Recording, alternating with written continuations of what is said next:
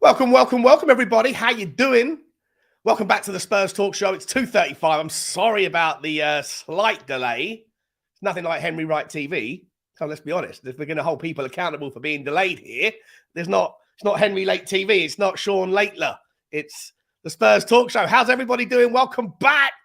I hope you're all keeping your eyes on the prize. The distractions in life around where our centre-backs are, all that stuff. Put it to one side. Make sure whatever you're doing, you've got health and happiness at the priority in the forefront of your mind. Ladies and gentlemen, the Spurs Talk Show starts right now. But because I'm not putting an entrance video in, because I always get demonetized, I'm not going to start that way. I'm just going to bring the guys in. Let's get going. 120 people in the house already. It's madness. Love it. Smash the like button for me as you take your shoes off. Hit the subscribe if you haven't already. Join the 12,300 and something people that have gone before. Show the love, hit the notification bell, and drop a comment after the show, but also in the show. We're going to be bringing all that stuff up. Let me get the guys in today to get us through the next hour or so. We've got Adam William Cahill, and we have Mr. Saba from Football Heritage TV and from Wild Stag Media. Adam, how you doing?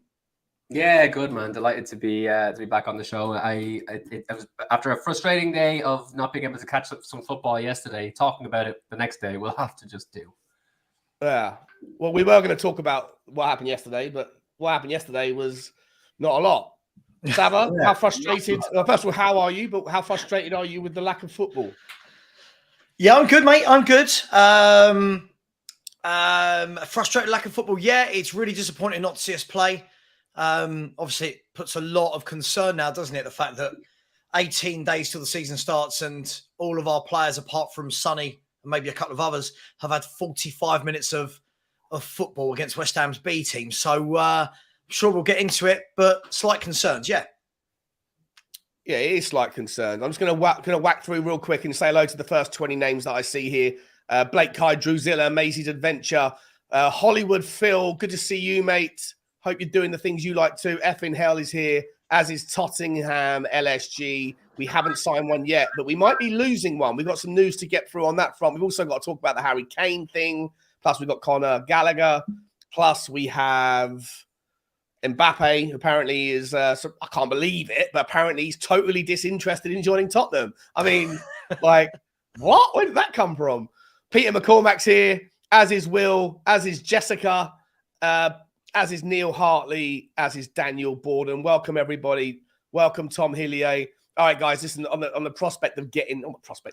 purpose of getting straight into it, let's start with the first piece of news in the way that it was added to my slideshow. We're going to start with the Pierre-Emile Hojbjerg news. Gary Jacob, fairly reliable man from the Times. He doesn't mess around. He considers journalistic integrity to be a thing. He says that Hojbjerg has agreed personal terms with Atletico Madrid. The story goes on to say that he's willing to do it. He's happy to go. He's pushing for it. He wants another challenge. Atletico Madrid. I don't know if there was a room. I haven't seen a number. I don't know if either of you guys have seen a number that's been quoted, but I think we're presuming something around the 30 million euro, 35 million euro. Savra, I'll start with you. How do you feel about this one? Are you sad? Does it make sense? So, where are you at? Yeah, listen, I'll caveat as always. I think it makes perfect sense as long as we, the money's got to be reinvested right into a player that plays in the style of Ange Postecoglou. I think we've got to get to that stage now where it's got to be not about do we like the player individually, but does he actually suit what we're trying to do as a football club? I don't dislike Hojbjerg. I don't particularly, I'm not that fond of him. I'm not unfond of him, if that makes sense. I just look at it and I think, can he play in that system that Postecoglou adopts, where it's a lot of pressing, everybody getting forwards? I'm not sure, and I reckon that's probably why they'll be happier to let him go and let Ange bring in someone who plays a bit more to that mould. I think he's been a good servant for 3 years now, 4 years he's been at the club. Very good servant, I think. Yeah, I think he's been a really good servant. I think he's a great guy. I think he's got a great character. And listen, I wish him luck going to Atletico Madrid. It's a good move for him. I think it's a good move for us. So yeah, I think it makes sense all round for that deal. Adam, are you gonna? Oh, actually, I think I know where you stand on this one. It's pretty clear for you. You've never been a fan of his, have you? Not at all. But in fairness, though, like we're talking about a player that has only been with us under managers that played atrocious football. So, like to a certain extent, you kind of wonder: is it down to the fact that he was playing under Mourinho and playing under Conte that had him be the stat padding, pass sideways, pass backwards, not particularly impressive looking footballer that I've loathed over the last few years, or like is that who he is? There's no way we're going to know if he goes to Atleti now. There's no chance of us ever finding out if he played in under a attacking manager like Postecoglou. Would he actually show a different side to himself?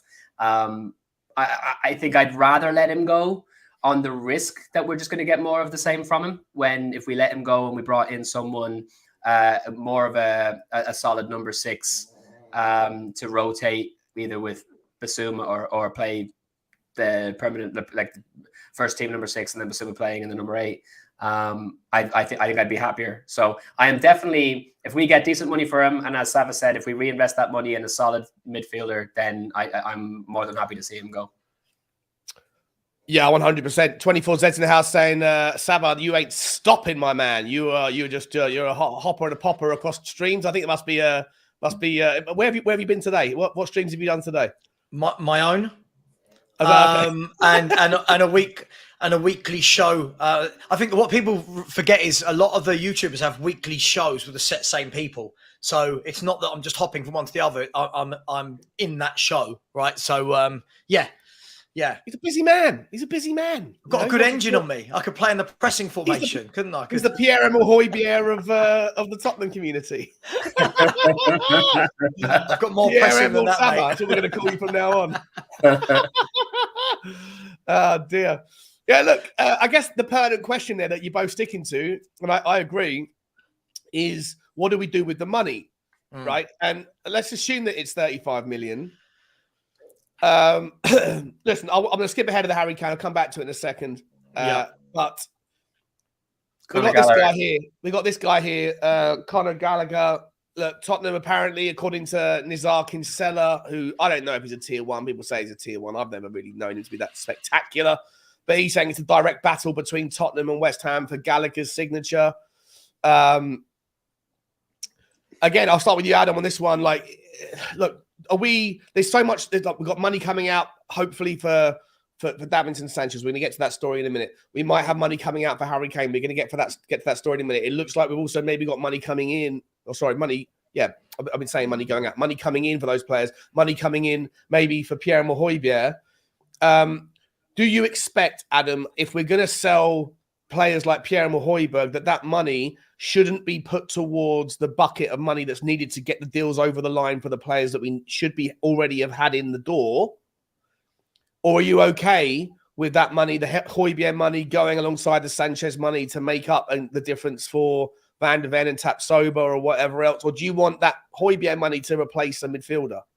I want the Hojbjerg money to replace the midfielder. I think it's a disgrace if we don't go out and get 2 top drawer centre-backs, irrespective. We've been waiting for centre-backs for far too bloody long, and Spurs are not a poor club. Like, I've always been in the same line of thinking as you, Sean, that like I didn't want to throw the baby out with the bathwater where Levy was concerned. And, you know, I've always given him credit for operating for being a shrewd operator in the business world. But that being said, if you're going to give him credit for that, then when we know that we are not buckled financially, when we know that we are one of the strongest teams in the world financially, and we know that we've not had a decent centre backs for a very, very long time, they have no excuse, absolutely zero excuse, especially when we were told last summer, look, we're going to plug these holes now and we'll plug these holes later. And the later holes were keeper and 2 centre backs. And it shouldn't be 2 bloody useless centre backs that are no better than what we have already, or barely better. So we've plugged the goalkeeper hole. I'm still a little bit on the fence as to whether or not Vicario was the right man for the job, but that still remains to be seen. We've done it. And the centre back, who was the right man for the job? Vicario. I'm still a little bit like, I worry. But that being said, we got a goalkeeper in. We need centre backs in, and it needs to be that they need to be in regardless of whether there's any money coming in or into the club at all. I understand the idea that we need to shift some centre-backs before we bring some centre-backs in, so we haven't got too many centre-backs on the wage bill. I get that. That's business. But it doesn't make any sense to me that there isn't money there just sitting there waiting to be spent on top drawer centre-backs. So if Hojbjerg goes, we better be bringing in another central midfielder who is of a higher quality than him with that money. And I don't want to skip too far ahead, but also if there is Harry Kane money coming in, and in my personal opinion, we should be selling Harry Kane and getting that money in, then there should be no excuses but to get absolutely insanely good centre-backs and another midfield, a great midfielder to replace Hojbjerg, who I'd be happy to see the back of. So just sticking with you for a second, if the answer to the question is, do we keep the money that we raise for selling Hojbjerg on a midfielder? Yeah. Is Conor Gallagher a guy that you think is worth a straight swap? If we can get 35 mil for Hojbjerg, would you be okay with Conor Gallagher being the replacement? I wouldn't pull my hair out over it, but it's not going to inspire me. I think Conor Gallagher is a good player. He's not a number 6, so I mean that's not necessarily someone that I think. Neither is Hojbjerg, so true. But like I think we, with the likes of Skip and Sarr and Bentancur coming back eventually, Basuma can play in the number 8. Like I think a solid 6 is someone that we require. If Conor Gallagher comes in, I'm like, I think he is a good player. He's got an engine on him as well. He's young. He'll work hard every game he plays in. He can play the press. Certainly can do the press well. Absolutely, 100%. So would I be happy with him in?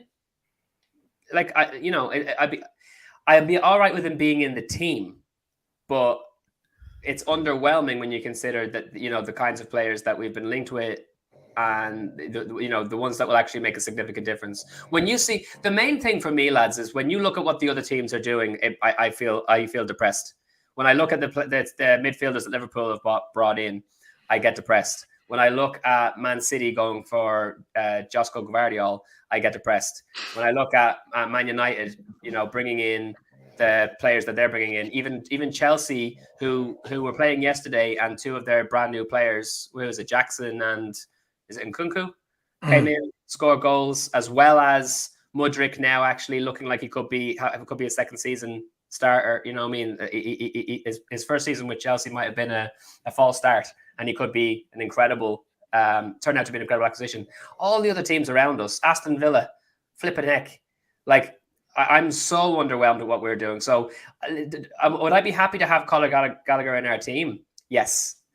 Is it underwhelming considering what we need to be doing to our team to be competing? Yeah. So it's a weird one. I'd like him in the team, maybe in the squad. He's not someone that I think is a good enough replacement for if we're losing Hojbjerg.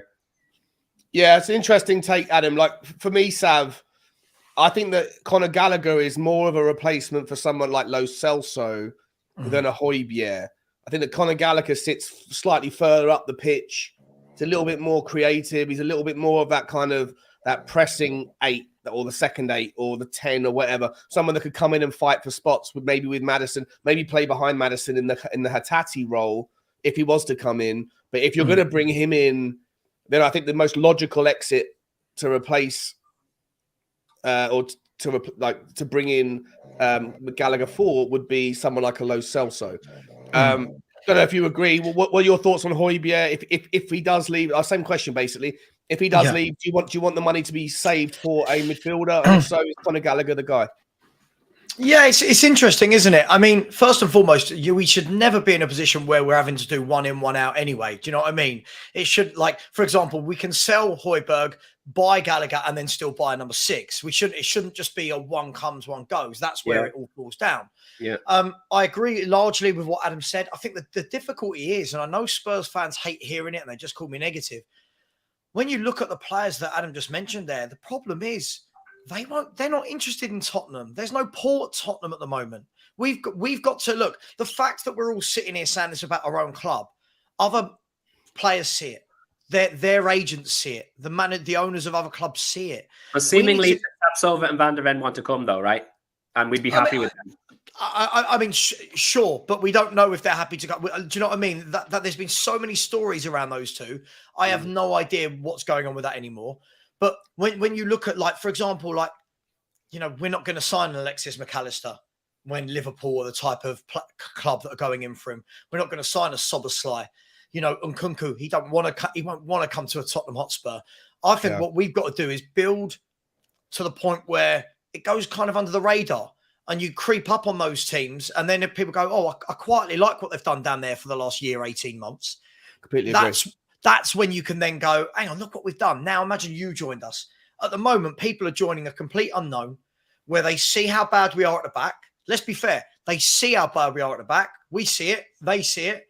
They see that we don't really change the team up much. They've seen how Levy acts in the market.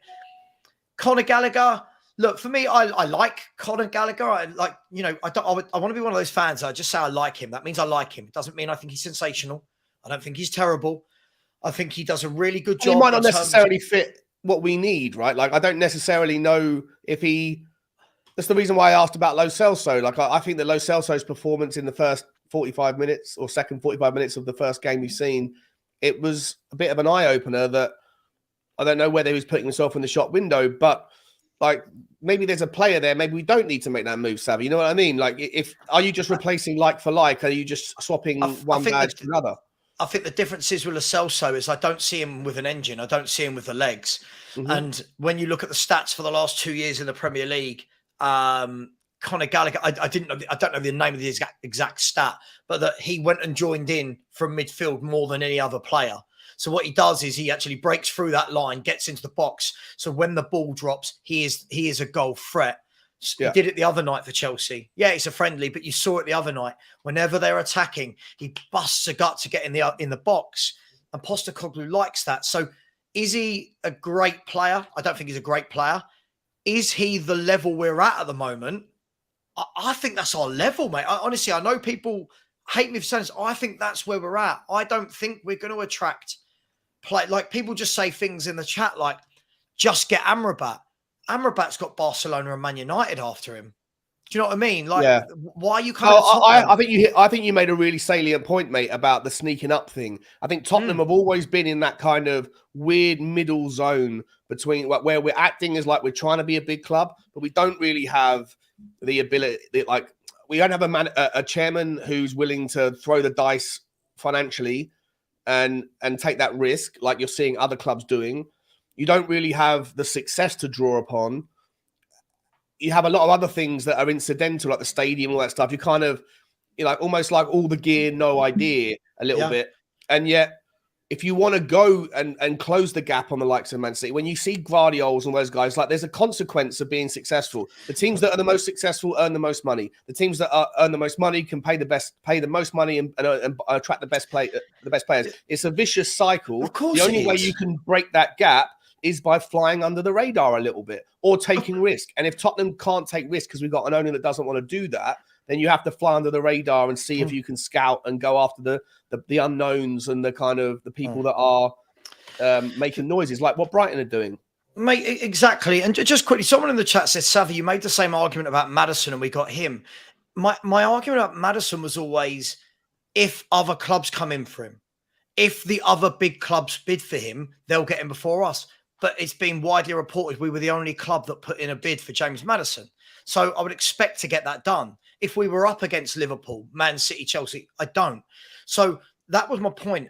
Look, we can talk about how attractive we are as a club.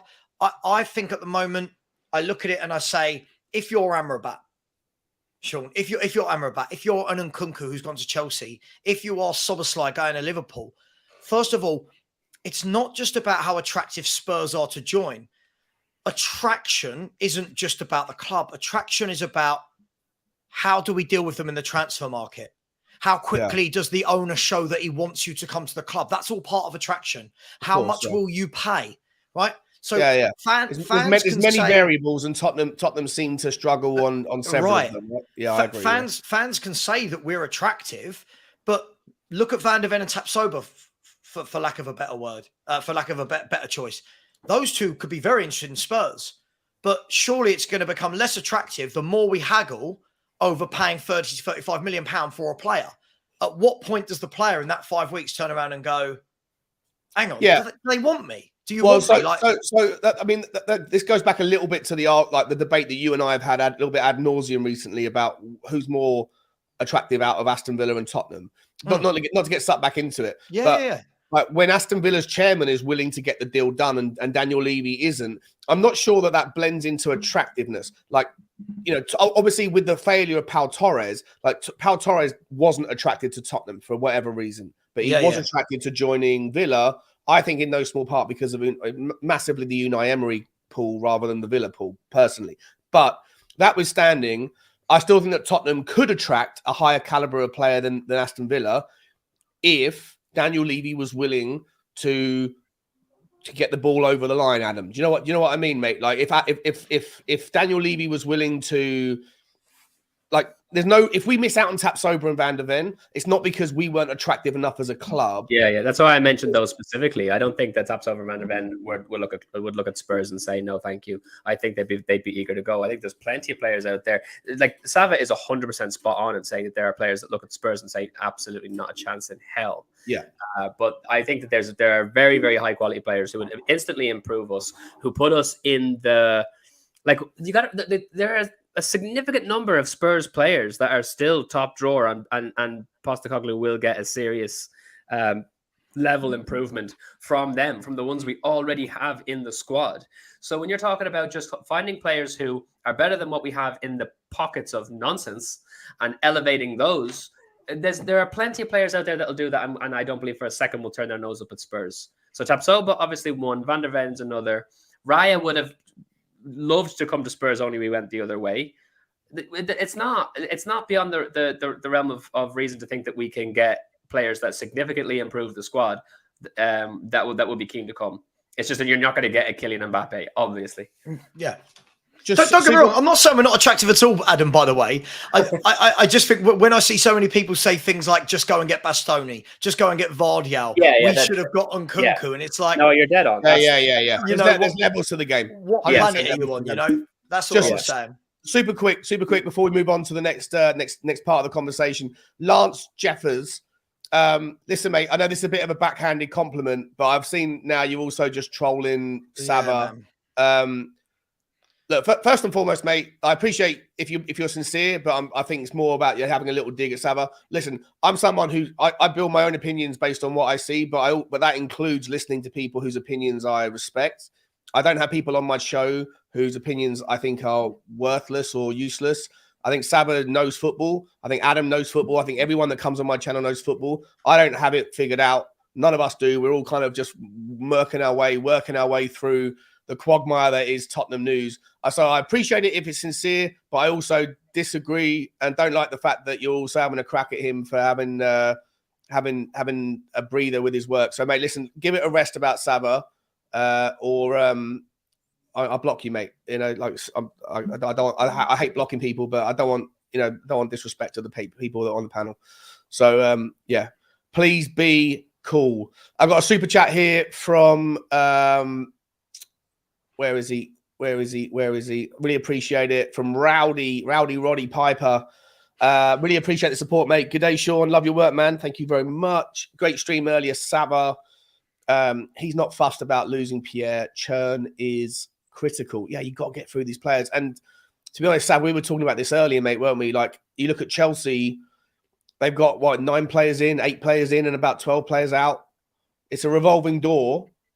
Time will tell how well Chelsea were doing. And I'm going to hold my hands up, and I'm going to say it right now. Like, maybe you'll call me a flip-flop on this, boys, but I feel like I spent a lot of time on Sav's channel towards the end of last season, and I was making this proclamation that I think Chelsea, like Todd Bowley's come in, and I think he's got one side of the accounts really, he's got his head screwed on with the amortization, and he's figured that out. But I didn't think I was like, I don't know how easy it's going to be to sell some of these players that he's got. Like, he's paid big money for them. How's he going to work it out? I still think that's a bit of an open-ended question. No one really foresaw Saudi Arabia coming in. However, you can't knock the guy for getting. I don't want to swear. I don't want to ruin my for getting stuff done. He's doing so much business, getting players in, getting players out, and Tottenham are 18, 19 days away from the season starting, Sava, and we've got 3 players in, 2 players that were already here that we got confirmed and 1 player out. It's a mess, isn't it, mate? It's a mess right now, right? Yeah, I mean, look, it's not to be unexpected, though, is it? I mean, look, I'll be honest. In the first couple of weeks of the window, I had these kind of, I get it, at the beginning of every window, I'm like, oh, hang on, this is it. And then it never is. Look, I think that the reason I thought it might be different this window, Sean, is because I thought, okay, the likes of Conte, they want the Bastonis, right? They want these top players at 70, 80 million. From what I've seen, that's not how Postecoglou operates. So I thought, okay, well, that might fit into Daniel Levy's narrative, right? You're thinking 35 million Van der Ven, even Tottenham can just go and go 35 million. And when that still doesn't happen, then you've got to start asking questions. Now, Sean, I'm not saying that between now and the season starting, or more likely the transfer window finishing, that 6 or 7 players won't go. But again, it all feels very slow. Yeah. It all feels very stagnant. And it all feels like so many other clubs just seem to get this done. They want players out, they get them out. They want players in, they get them in. And it boils down to, we act like a small club. Our fans want to tell everyone in the world, we're attractive. Cool. All right, we're attractive. We're a bigger club than this. We're a bigger club than them. We're much bigger than them. But all of those other clubs that we mentioned, just go and get it done. Yeah. Like Brighton. Look at Brighton, for example. We're a much bigger football club than Brighton. I don't think there's any 2 ways about that. Yeah, they're a really good team on the up, been on the up for a number of years now, but we're still much bigger than them in every sense. But Brighton go and identify a centre-half they want. A week later, done, through the door. The season started, they had 3 signings before the window officially opened. Yeah. They just get it right. They let go players for the right price at the right time. They move them on. Their fans don't moan. They lose a superstar. They create another one. And then you jump over the fence to Spurs and you just go, only Harry Winks has gone. Only Harry Winks of that entire squad has gone. Not one new defender to what was, I'm not sure if it was our worst ever Premier League defensive record, but it certainly was for like the last, there you go. Yeah, so if it was our worst ever Premier defense record, and most clubs would have gone bang, bang. And all you've got to look at is look at Liverpool. Every one of their dogs said, what they say, guys, last year, midfield, right?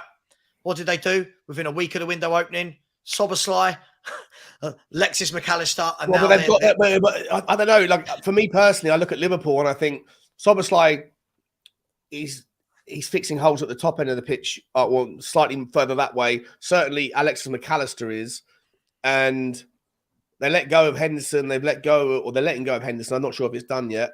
They let go of Fabinho. Like if they don't get Lavia done, I'm sure they will. I'm sure that watching the next week, mate, they will. You reckon? 100%. Yeah, mate, they operate like a proper football club. They wouldn't let Fabinho and Henderson go. They weren't confident. If they weren't going to get players in, because they're a proper football club that run like that. They're also doing it in a financially sensible way. In that they were obviously initially everyone was thinking it's Jude Bellingham to Liverpool. That was the narrative for the longest time. Yeah. And when they go, no, Jude Bellingham too expensive. Let's go below that. They still go out and buy 2 bloody players that are miles ahead of anything we're even looking at. Yeah. You know what I mean? Because they didn't go for their top drawer one, which was Jude bloody Bellingham, best English player there is. Well, but Liverpool have missed out, though. Last couple of they missed out on Bellingham this summer, and they missed out on Tchouaméni last summer. But what do? They go out and they sort themselves out in other areas. That cost them. Missing out on Tchouaméni. All Liverpool fans. I've got so many mates that Liverpool fans. You know, my brother's a couple of years older than me, and I'll be honest. Like Liverpool fans generally, I can't stand more than most other fans. I feel like they've got this entitlement, and I just kind of a bit of arrogance about them, and they frustrate me more than most fans. However, they were so confident last year. We've identified Tchouaméni. We're going to get him. Well, he didn't. He went to Real Madrid. And then this summer, it was all the way through last season. It was like, we're going to get Jude Bellingham. And then they didn't. And I feel like... But it's the food chain, Sean, isn't it? Like even a club as big as Liverpool, it's the food chain. So Liverpool will get much better players than we get. Food chain. Real Madrid will get much better players than Liverpool get. The problem is, it's great that Liverpool set their sights on Tchouaméni and Bellingham. But realistically, if you're Tchouaméni and Bellingham, And it comes back to what I'm saying. If you're Tchouaméni and Bellingham, Liverpool ring you up right now, and Real Madrid do. Real Madrid you're picking are Real arguably Madrid, the biggest club in world football. But of course, to Adam's point, that the deal that they got on Alexis McAllister was brilliant. Szoboszlai's a really good player. That they're going to go and get a couple more players. They've got 6 forwards up front. It doesn't take too much. Our own arms off for Alexis McAllister, mate, for sure. Alexis McAllister is what people thought Lo Celso was, by the way. Yeah. That's what Alexis McAllister is, a goal-scoring midfielder, that's got a great engine, apparently looks a little bit like me. Just kidding. But I just... No. You're not trying to upgrade your status. You're the Pierre-Emile Hojbjerg of football content, all right? You're not the Alexis McAllister. You're not even the Conor Gallagher. You are the Pierre-Emile Hojbjerg, and you're going to Atletico Madrid, mate. Don't be ashamed of it. It's not a bad title. I don't know. I'm the Darren Anderson, mate. I'm sick all the time. I'm the Darren Anderson of Tottenham content. Like, there's levels to this game. Do you know what it is, right? I think what gets lost, and a lot of people get annoyed that I use the word context a lot. What gets lost is, I'm not saying that every player Brighton have signed we should sign. I'm not saying every player Villa has signed we should sign. But what I am saying is these clubs go out, identify their targets, and they get it done. So if that's their targets, they're getting it done. Spurs go out, identify a target, and then for the last 5 weeks, all you've got is a deal is possible. Deal is on the rocks. Spurs want lower. These clubs, like Brighton with Igor. Igor's a good centre-back, by the way. For anyone who doesn't know Igor that's coming in from Fiorentina, he's a big, powerful, strong centre-back. Yeah. You watch him fit in seamlessly. He'll slot in seamlessly, and everyone will be going, oh my God, Brighton picked him up at 17 million. Yeah, because they've done their homework. They've scouted him for however long. I agree. And we just, I don't know, it just something feels wrong. I think it's a testament when you see that like people like Fabrizio Romano are banging out the same bit of content about Tottenham defenders, once every 2-3 days. It tells its own tale. Listen, like I say, that this summer to me has been a bit of a, like, I'm happy to own things when my mind is opened and my eyes are opened or whatever, and I see things from a different light. I think that Daniel Levy hasn't foreseen the shift in FFP rules, and he hasn't moved. He's like a giant boulder that is stuck rigid with his viewpoint. And when the environment changes, Chelsea, like they see it. It moves from like percentage of profitability to percentage or profit and loss versus like amortization affecting on net spend over like your revenue. Like when the rules change, you need to change. And Daniel Levy would rather sit there and pick up the phone to the FA every day and say, can we investigate Newcastle? Can we investigate Man City? Can we investigate Chelsea? He's the kind of the telltale tit at school, rather than saying there's a different way of doing it now. He just doesn't want to do it. So like I say, like, I've never been more anti Daniel Levy than I am at the moment. The window's still got a little bit of way to go. Let me just pause for a second. There's over 700 people. There's 730 people in the house on a Monday at 3:00. It's awesome.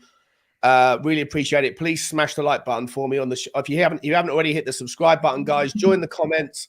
Get involved in the comments. Please make sure you get over there and subscribe to Football Heritage TV and also Wild Stag Media. Adam, I tried to find Wild Stag Media. Is that a YouTube channel or is it just an Instagram account? Instagram, Twitter, Facebook. And we're going to start our YouTube channel soon. I'm going to start because Follow the Dead is going to be released on Apple TV very, very soon. So that's when we're going to. Yeah, very cool, guys. If you are people that follow like people on other socials than YouTube, then I couldn't add Wild Stag Media, but Football Heritage TV. The link is in the title or in the description of the video, and I'll add Wild Stag Media straight away afterwards. But it is on Instagram, not on YouTube yet. I was gonna, Anyway, I was wondering why I couldn't find you, mate, on YouTube. But all right, let's move on with the conversation. We talked about we've only got one player out. We have maybe got another player about to leave. Fabrizio Romano, about an hour ago now, has dropped the news that Spartak Moscow have submitted a 12 million euro bid for Davinson Sanchez. Talks are at an advanced stage with Tottenham. This was a story that broke last week, but it wasn't a Romano story. This came from places elsewhere. And actually, I mean, I wish I could remember who it came from. I think it was Tottenham tears, I think, was the person that said it first. And now Romano's the first person who's like a legit source or whatever that's giving it credibility. So maybe that leans credibility into the person who said it first a week ago that I usually roll my eyes to. But it looks like it's legit. The deal is still under discussion, but the Russian side is optimistic, as whoever this person is, Pierre P. Sierra R. Look, first and foremost, I'll come to you, Adam, first on this one, mate. Like, are you cool if Sanchez leaves? Are you cool if 12 million is the number? And also, more importantly, does the fact that this deal seemingly is possible, does that give you more confidence that you mentioned earlier that Daniel Levy, wants to move players on before he can bring players in? Does this deal happening make it more likely in your mind that we're going to get at least one of those names, the bigger names in the coming days or weeks? I don't think it means that we get one of those names in. Absolutely not. I think it's great that Davinson Sanchez is going out because he doesn't suit the Premier League. It's not even that he doesn't suit Tottenham. He doesn't suit the Premier League at all. He hasn't got the head for it. I think he's incredibly good at certain things. He's super, super quick. He's strong. And I think he's a really, really lovely guy. I watch a lot of the behind the scenes stuff at Tottenham, and I think he's a really sound bloke. But at the end of the day, he's just not. His concentration. We know that's the thing. That is the thing with Davinson Sanchez. His concentration is woeful, and you can't be switching off like that in the Premier League. Eric Dyer is exactly the same. But I'll be glad to see the back of him, of course. Wish him luck though. Wish him all the best. Lovely bloke, as I say, but it would be great to see him gone. 12 million, I think, is completely fair. I know it's significantly lower than what we spent on him, but he's gone and lowered his own market value. It is what it is. That 12 million will go a long way in the transfer market, but not towards the ones that we're looking for on the left-hand side. I don't think so. Sanchez is an understudy to Romero. When you consider that, what we're going to be looking at is someone coming in and playing understudy to Romero. Well, Eric Dyer could play understudy to Romero, right? But then we're really leaving ourselves screwed on. No, but that's what I mean. Like, I'm assuming that if Sanchez goes, you can replace Sanchez with a left-sided centre back. Maybe. But knowing Levy, if we're getting 12 million for Davinson Sanchez, why is that so hard to say? Then we're going to end up getting Tosin Adarabioyo coming in to, and I don't mind that. Oh, wait, we'll talk about Tosin in a second. So just let's stick to it because I want to pick this up later. That's what we're getting, though. Yeah, I think that's all we're going to get with the Davinson Sanchez money. Yeah, and I'm glad that I'm delighted with that. I want to see Tosin coming in as well as the other two. I want all three of them coming in, and that's what we deserve. It's not going to happen, obviously. I understand why you're laughing so much. Yeah, I'm just thinking we can't get one. No. Adam's over there bringing in 3 new centre halves. We can't even bring in one. We should be getting at least 2, though, right? Sure. Yeah, absolutely. But we've got 3. No, we lost Clement Longley, so we've got 2 dreadful centre backs, and we need 3 new ones in. So it should be the Tapsoba, Van der Ven, and Tosin. It should be the 3 of them. But I think when you're thinking about this Davinson Sanchez money specifically, 12 million coming in and a right-sided centre back going out the door, Tosin is easily the one that Daniel Levy is going to be talking about bringing in next. Yeah, interesting. Saba, where do you stand on Davinson Sanchez? I mean, I don't even know if you know the rules around. We spoke about this backstage for a second. Obviously, with Manor Solomon, we could lean into the Annex 7 rule that because Ukraine is at war, foreign players who play for football clubs that are in countries that are at war can leave for free. I don't know if that extends to Russia, even though they're at war. I'm not sure they're at war. I'm not sure because they haven't been invaded. I'm not sure that Sanchez would have the same opportunity. I don't know. I'm a little bit, ignorant to the rules on that. Yeah, do you know what? I didn't even give it a second thought until somebody messaged me earlier and went, sorry, it was Charlie from Blue Brother YouTube channel said to me, oh, look, it looks like Sanchez is going. He went, he said, are you even allowed to take Russian money? And I said, I don't know, to be honest. Look, I'm sure if there are deals going on and Spartak Moscow are putting in bids for players, then it must be fine, right? Surely they wouldn't be as brazen to just go and buy players when they're not allowed to. I'm going to disagree slightly with Adam. I don't think he's got any of those qualities that Adam mentioned. I think he is a very poor footballer from start to finish. I think for a guy that big, I don't think he's strong. I think he's absolutely woeful in the air. He's woeful with the ball at his feet. He's clumsy. And he's really again, fast. That's he's the fast. Okay, there you go. He's fast. Right, cool. Him. so is Linford Christie, but but I don't want him playing at centre half for Tottenham Hotspur. Do you know what I mean? We'll get Usain Bolt in the back instead. I don't know. I went to Linford Christie. I mean, I'm going back to the 90s there, aren't I? Old Linford, old lunchbox Linford. Look, I think I do feel sorry for Sanchez though, because I feel like this is another one where we've just kept him way too long. Sometimes players aren't the right fit. And that's okay, right? Every club has that. You buy players, they don't work out.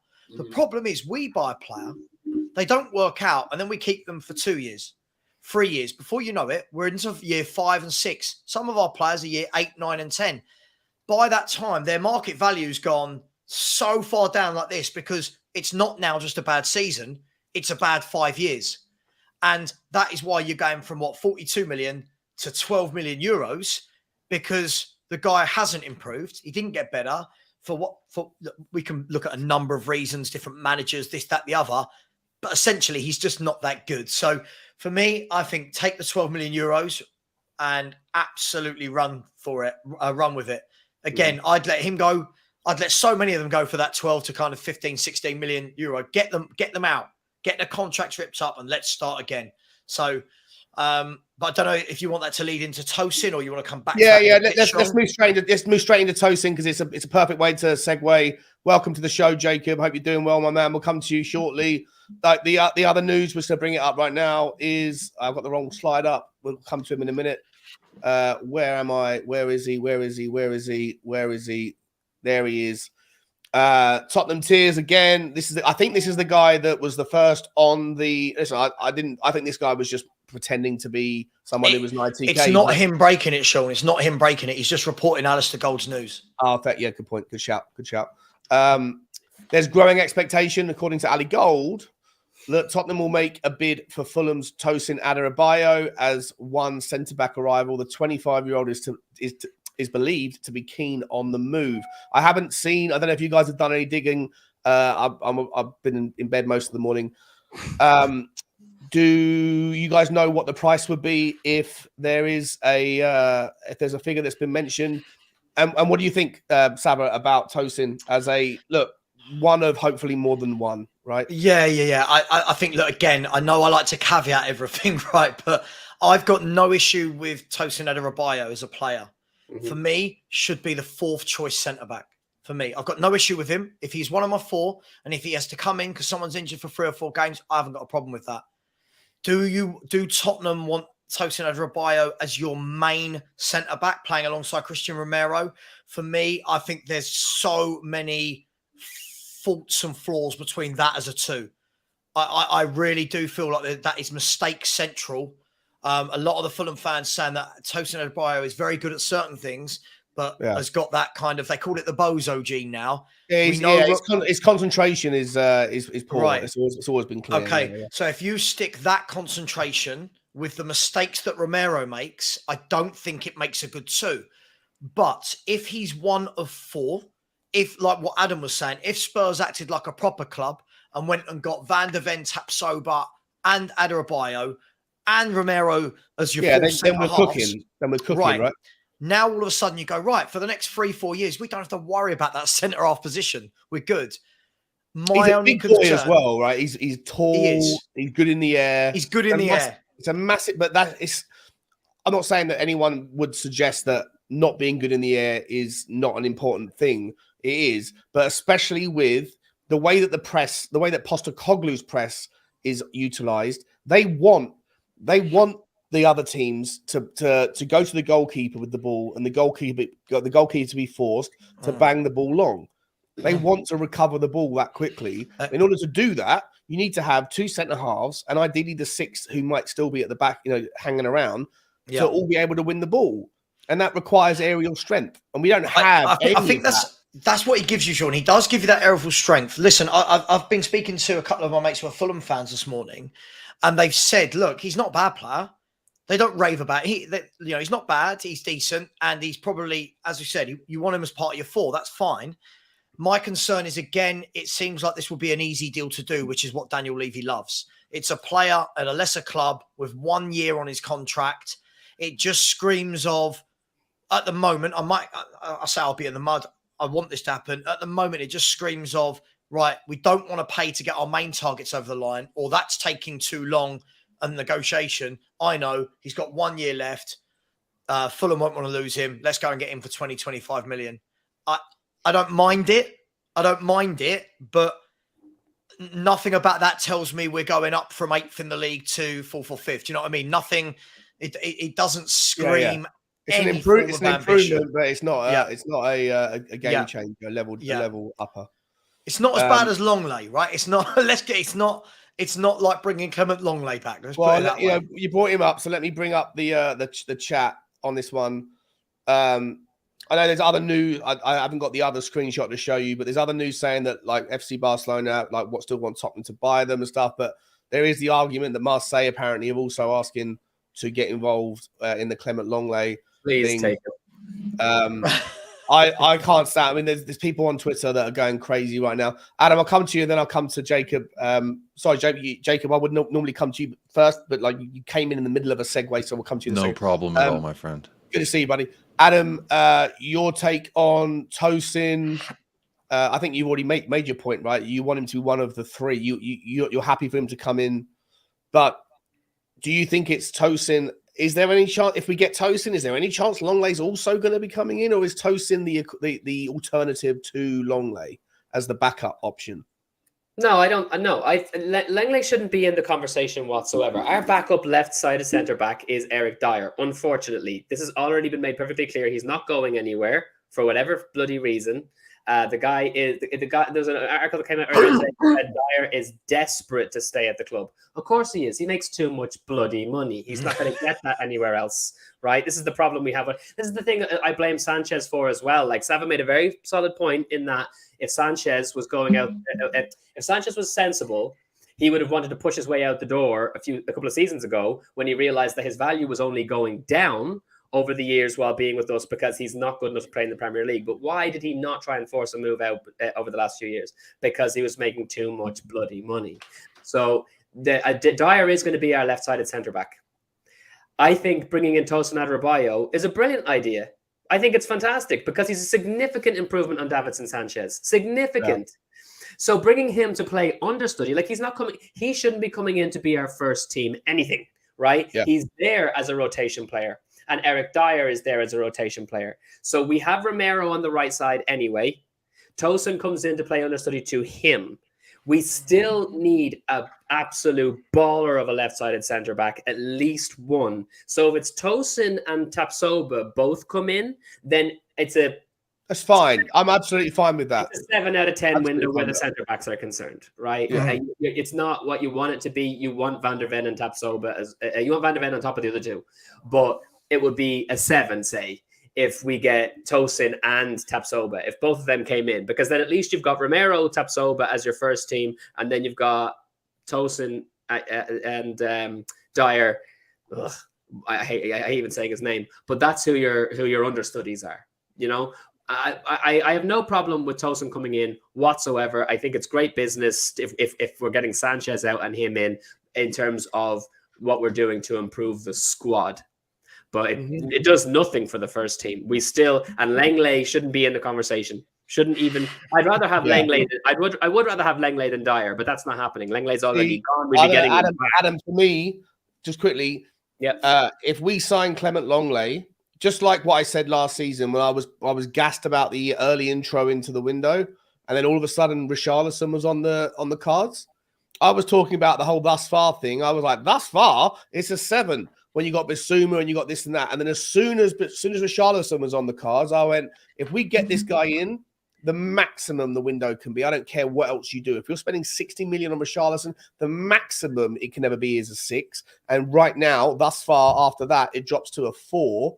And I think I was prescient on Richarlison. And what I'll say about Longley is I was on board with him coming in on loan last season for the system. For this system, if we bring him in, the window is capped at a 5. Yeah, he yeah. is No, I agree. absolutely the wrong guy for the job. I think 5 is even generous, mate, to be honest, because like if you do end up, if he's the guy that's being brought in to be our number 1 left-sided centre back and Dyer is our number 2, even if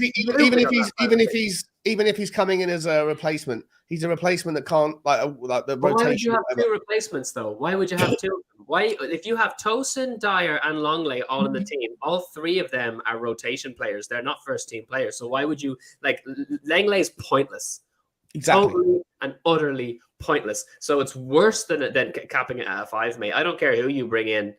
If you've got Langley as your Langley and Dyer are your left-sided centre backs, we are screwed. And Levy getting money out of me for years after if that's the play that he's making this summer. Yeah, well, exactly. I think Daniel Levy needs to see that there's only a few remaining people that will advocate for him. Signings like Longley, dude. If he's losing you and me, like if Levy is losing you and me, he is screwed. Before I bring Jacob in, just let me get a couple of super chats out of the way. Phil P, what's happening, Phil? Really appreciate the support, mate, all the time. It says, question, what disaster would make us finally buy a centre-back? I don't know what disaster would be. The disaster would make if Romero got I don't know, if Romero was on the receiving end of a Romero challenge in training and he broke his own ankle, then that might be a just a flesh wound. Don't worry, just a flesh wound. Just a flesh wound. So what a disaster like conceding 63 goals in a calendar year. In a season, was that not enough of a Right? disaster? I know. There's problems here. And we got the Perchy, mate. Perchy, thank you so much, mate. Become a YouTube member. I've just seen your message, mate. You want to join the stream? I'll send you a link in a short second or two. Appreciate you, mate. Thank you very much for joining the membership team. There's 815 people in the house, guys. It's amazing numbers for this time on a Monday. Please make sure you smash the like button. If you haven't already, hit the subscribe on the channel. Make sure you go over to Football Heritage TV and join Sava's team over there. Also, join Wild Stag Media on Instagram and Twitter. Follow Adam. He's got a wonderful journey in front of him with his movie making talents. It's awesome to see, and the guy's about to go on to Amazon with his amazing amazing film. So please go and support him. If you like Adam's opinions, then just show him some love with what he's doing in his outside world. And also, of course, as we bring him in right now, get over and subscribe to United Spurs of America. I haven't yet, but I will add United Spurs of America into the description so you can hit that link as well. Jacob, mate, how you doing? We're currently talking about the defensive line. Tosin Adarabioyo, do you see him, if it does happen, do you see him as just a straight swap for Sanchez that's going to Moscow? Or do you see him coming in, and does Daniel Levy think it's a cheap way of improving the actual first 11? I agree with Adam here. I don't think Tosin comes in and immediately impacts the starting 11. It's unfortunate where we're sitting at, because if we're bringing Tosin in after a Van de Ven, after a Tapsoba, I say, okay, this is great, because he occupies the same areas as Romero. And I've always been somebody that I like competition at every position, regardless about how I feel about the player. Competition is a great thing for anybody. So when you look at, I mean, he started 23 matches last season, 25 matches, something like that. So he didn't even play a full season. And I'm not going to admit that this guy stood out to me on any playing field anytime I ever saw Fulham on when we played them, or when anyone else played him that I tuned in for. I can't say that he ever stood out like, oh, that's a meaty defender right there. He really gets stuck in, and he just never really jumped off the page for me. But again, I'm all for bringing in younger talent, adding to obviously our major problem, which is the back line. But to do this move kind of feels like a little bit of a Maynard Solomon deal. Like, I'm fine with the business. I like that we got him in. But obviously it doesn't impact our 11 or fix our most immediate problem, which is our defense. So to me, Tosin, that's cool, but I need more. I think I would agree with what you said there in the question, that when he comes in, he does replace what a Sanchez would have been, which is competition for the right, potentially filling on the left if need be. I think we even saw the lineup for yesterday. I know we didn't play, but the lineup for yesterday looked like Davies was going to come in at our left-sided center back. So the options there are very limited. I don't think Tosin does anything but add another name to the pool of I mean, he's a right-footed center back playing, and we're talking about we need a left-sided center back. So I'm fine with him coming in. If it's backup for Romero, competition for Romero, I'm fine with that. But we still need a big boy in my opinion. We still need a big name in. Fact. Nice, mate. Nice. All right, let's move on. And not Longley. That's not the big boy I'm talking about either. Longley is a very little boy. All right, let me start. Let's get back to the main story though, right? The main story, obviously, there's the reason why the thumbnail came on, guys. It's 815 people in the chat. Smash the like, smash the subscribe, drop all that stuff for Adam, for Saba, and for Jacob. Tottenham Hotspur. There's a few different stories here. Tottenham Hotspur have given Harry Kane an ultimatum about his future: sign a new deal, or we'll sell you now. Spurs owner Joe Lewis is understood to have told Chairman Daniel Levy he will not let Kane run down his contract and leave for free next summer. Sources say Lewis has told Levy to either make Kane sign a contract extension or sell him this transfer window. That's coming from the Mirror Football. On top of that, we've got Man United. Is the Mirror reliable, by the way? The Mirror? Nah. Yeah. No, the Mirror's not reliable. I listen. I don't really trust any of these sources on this one. How can it be reliable? Like it literally says. It says, sign a contract or we'll sell you now. Who the heck is giving Harry Kane an ultimatum like that? It's like the answer is sell me now, immediately. It's been that answer for the last 2 years. What are you talking about? Ultimatum. That's not an ultimatum. That's by definition, that's not an ultimatum.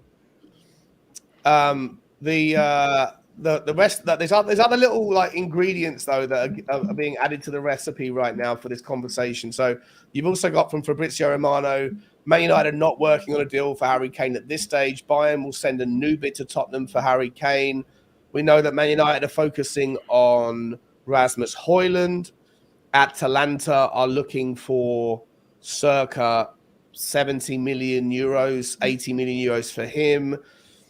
We've had this conversation, Saba, about like there's X amount of nines available. There's X amount of bigger clubs that are looking for nines. It creates a demand and supply economics. So I want you guys to factor that in when we're talking about the right price. You also heard yesterday, I haven't got a screenshot for it, but you heard about maybe buying, I don't know if it's true or not, but Harry Kane's wife was out in Bavaria looking for like places in the cul-de-sac, wherever she found a couple of nice little German huts to live in. And you got Tottenham Tears that are going via Nathan Gisling and DiMarzio saying Bayern have initially discussed the idea of including a potential buyback clause after 2 or 3 years in a deal for Tottenham's Harry Kane in the hope of satisfying Daniel Levy. And that's from Tier 1. I'm not sure if Gisling or, DiMarzio are good, but they throw out so much stuff that you don't really know what's going on.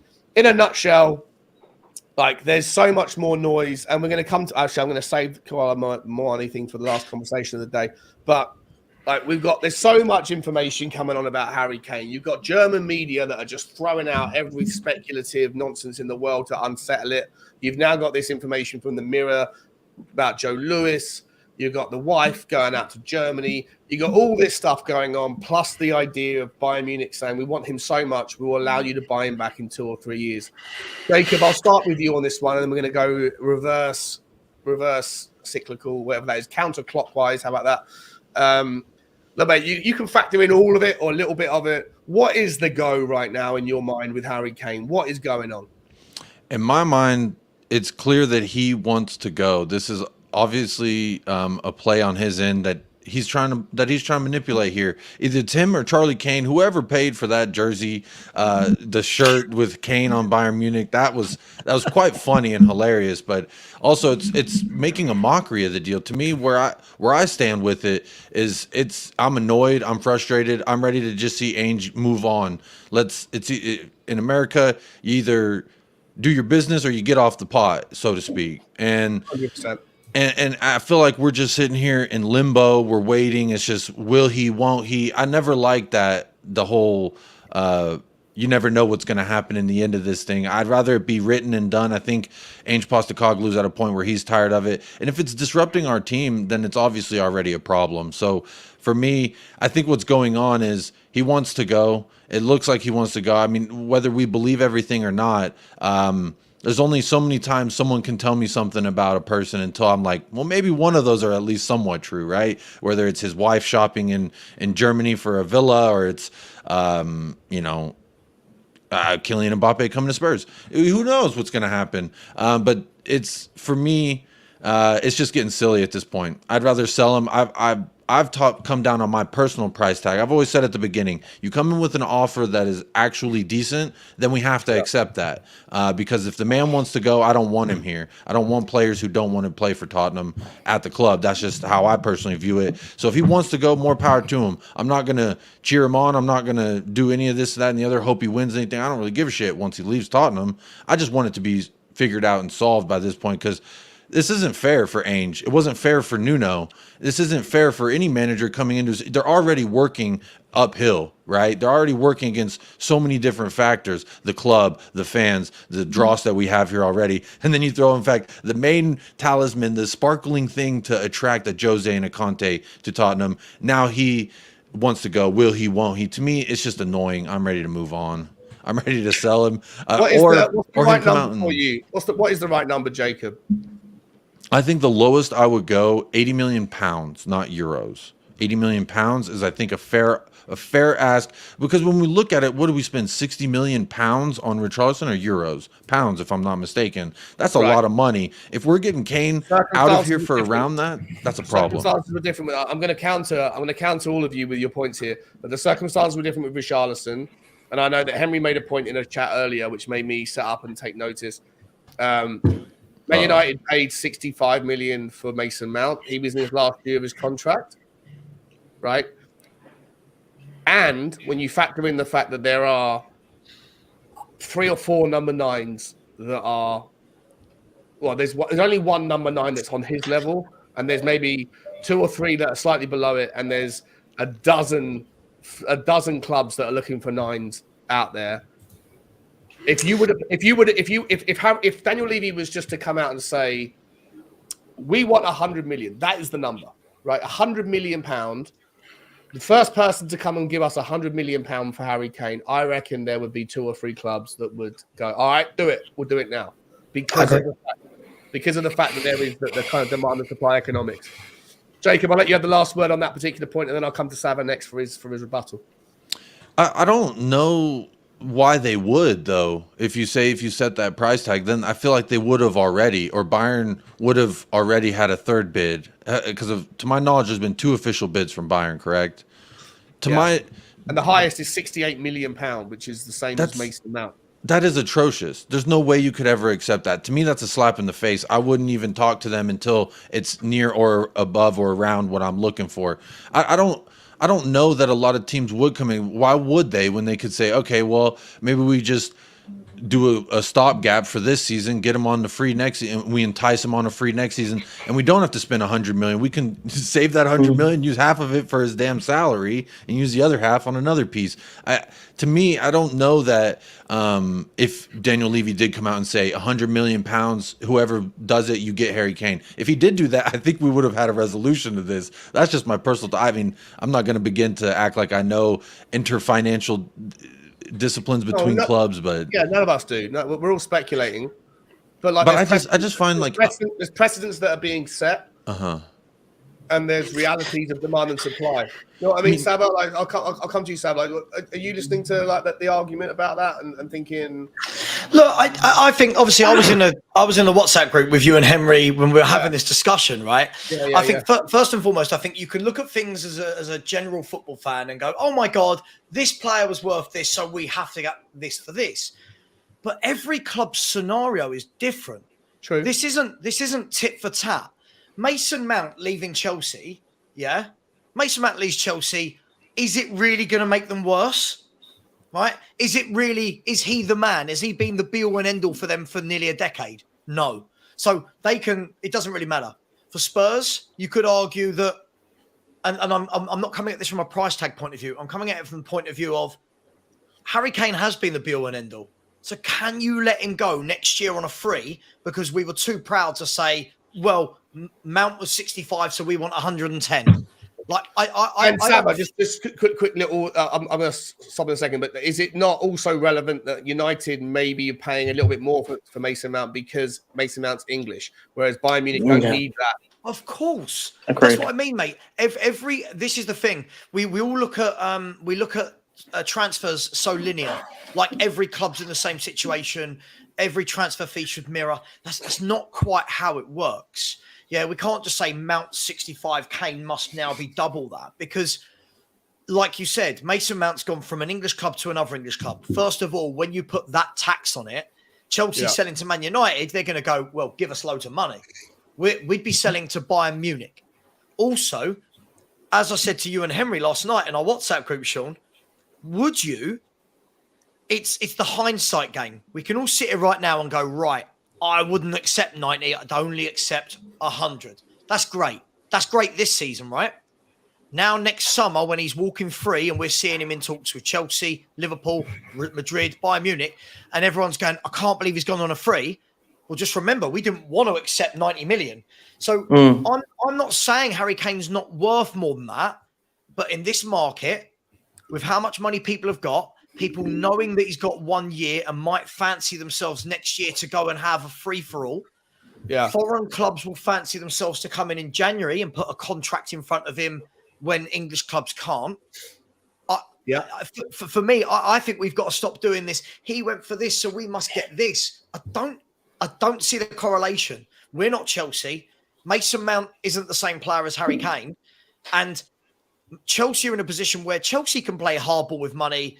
They're going to spend money regardless. Whatever we think of them FFP, right, Sean? Chelsea will chuck money at situations. They'll find a loophole, they do. For Spurs, we have a lot of building to do. That 90 million for Tottenham Hotspur could be absolutely fundamental this window. Yeah. It could be the difference between finishing 8th in the league and getting in 2 centre-halves and a DM and finishing 4th or 5th. Yeah, right? Which is Champions League, which qualifies you, which gets you 70 million quid anyway. It's too emotional with Harry Kane. I'm over it. I've seen Kane for 10 years. He's been absolutely brilliant. But for me, if he goes, I've seen players like Kane come. I've seen them go. It's fine. We're still standing. We're still going to score goals. The club's not going to completely go into flames. I just think get it done. And if you're going to get it done, do it in the next couple of weeks. Let's not let this drag to the last week of the window when all of a sudden now everyone sees us coming with our £90 million and charges 70 for an average footballer. Can I pose something? Is it almost a question of what do we value his input of what we could accomplish this season? Because like you said, Sava, if it's 90 million that we say we reject and he goes for a free in the following summer, then essentially we're saying his input to our team this season was worth that 90 million. So I guess I've kind of asked it's worth 75 if he gets you the goals that get you into Champions League. But my big takeaway on that one is that I think that if you're going to face a season or a future without Harry Kane, the Postecoglou system is the system where the absence of Harry Kane impacts you the least. Yes. Spawn. Let me just before we move around this, continue around the circle. Let me get a couple of super chats just done. I don't want to avoid them. Just a girl who loves Spurs. I think this is Kate. Big up Kate. Big up, Kate. I really enjoy your stuff, Kate. It's really cool. Welcome to the Spurs community. I know you've been going only a short time, but get over there and help out, Kate. I think her channel is, as it says there, just a girl who loves Spurs. I don't have the link, but if anyone's interested in a female perspective and just in helping out everyone in the Tottenham community, then get over there. It's really cool stuff, Kate. I really appreciate the super chat as well. School of Smiling. I haven't seen you before. Really appreciate the name and the emoji. It's nice. 75 million plus Sadio Mane for Kane, plus spend the 75 million on Kolo Muani. Sadio Mane's already gone, I think. 40 I think million. I I was going to say he's already off to Saudi Arabia, no? Mm-hmm. He's not coming to Tottenham Hotspur. Yeah. I was going to say, that's a good point. He's not coming to Tottenham Hotspur. I love this game we do. We just offer them that and see if they'll send us a Kimmich. Give us Kimmich in reply. These players don't want to. Well, they have got some players. Well, why not? But they have got a couple of players like Gravenberch. I don't know, like Gravenberch could be. Gravenberch, yes. Yes. They have got some players that Tottenham that maybe could look at that are not wildly beyond our level. A few. This isn't one of them.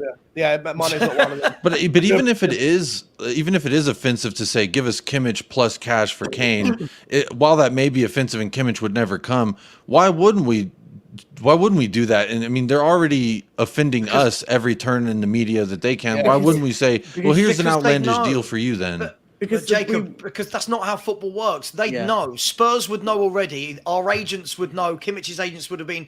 They would know that Kimmich would have no desire to join Tottenham Hotspur. It's not. This isn't Football Manager. You don't just go, we'll chuck you this player. And they would know that Kimmich isn't coming to Tottenham Hotspur, wouldn't they? They'd know.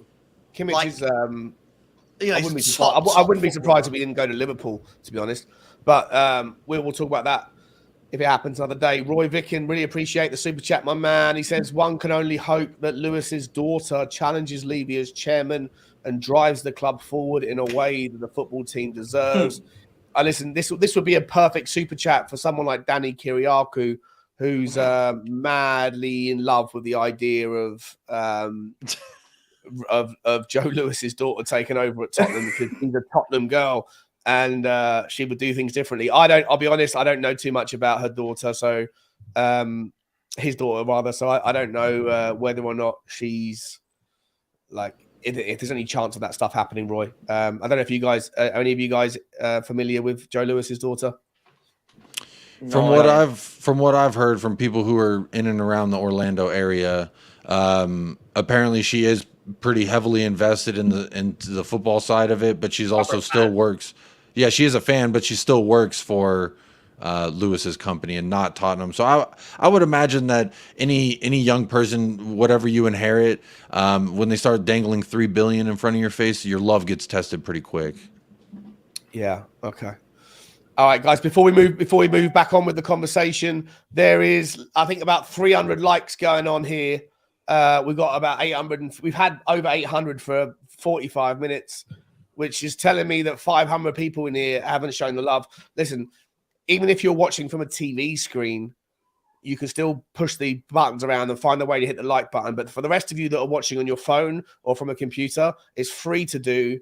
If you're spending enough, 880 people here. It's mad numbers. I really appreciate it. Smash the like button. Come on, guys. I know I don't want to beg. I don't want to be El Beg, but it is the way that this channel then gets put out to more people and stuff. Like, Perch, what? Like, don't react like that. Perfect segue. I didn't say El Begio. I said El Beg. Fair enough. Yeah, it wasn't the. So that was the British version, was it? Not the I call everybody who begs for likes El Begio, and I'm calling myself.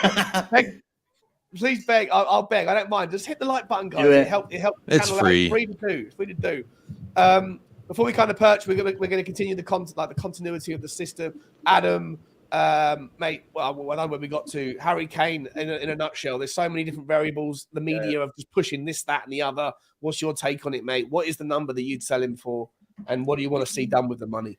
He's got to go for all of the reasons that you've said already. It's definitely the perfect time for him to go, considering that he is not going to be the centerpiece of a Postecoglou system, and nor should he be. And I'm tired of the team being completely centered around one player anyway. He's not going to be with us forever. So what's the point in making it the Harry Kane team? It's frustrating even to constantly be hearing fans talking about the fact that the only reason that we're anywhere, that we're not in relegation, is because of Harry Kane. Let's get past that whole, the stigma of that. We're in the perfect position to do that with Postecoglou.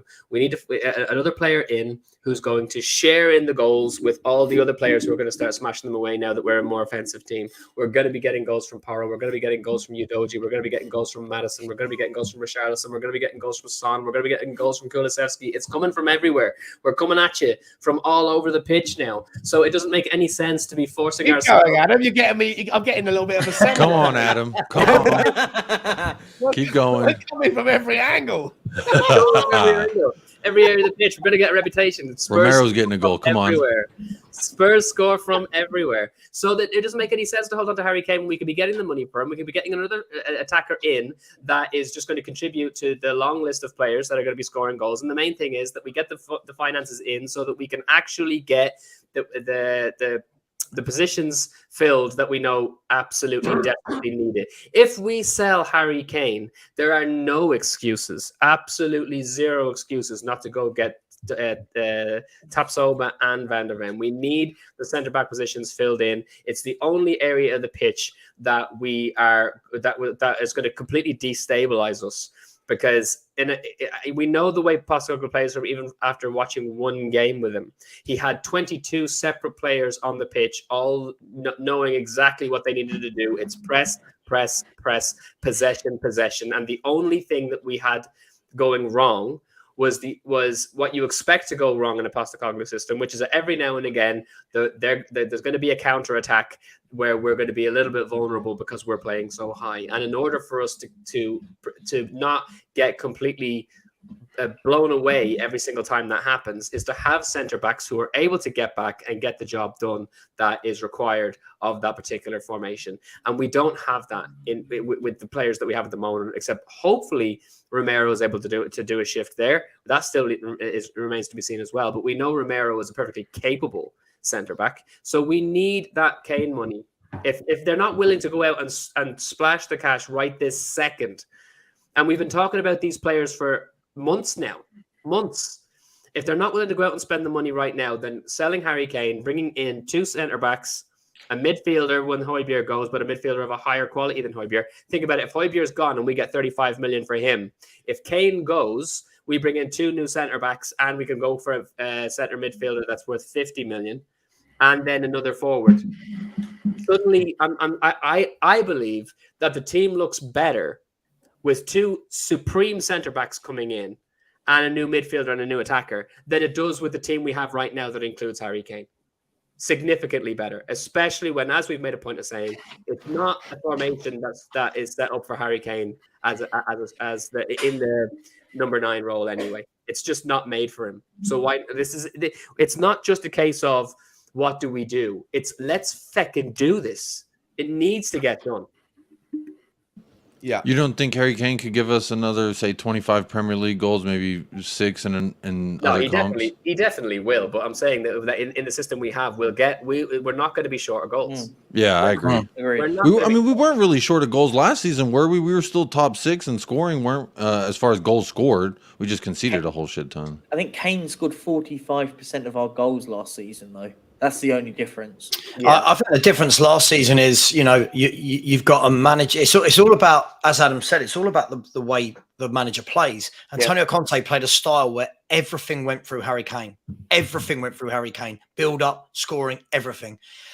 Postecoglou's formation won't depend on one player doing everything. So you can afford to lose that.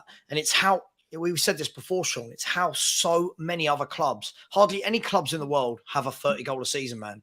They all do okay. It's only because we're so used to Harry Kane that we worry. But Sean, you are on the money.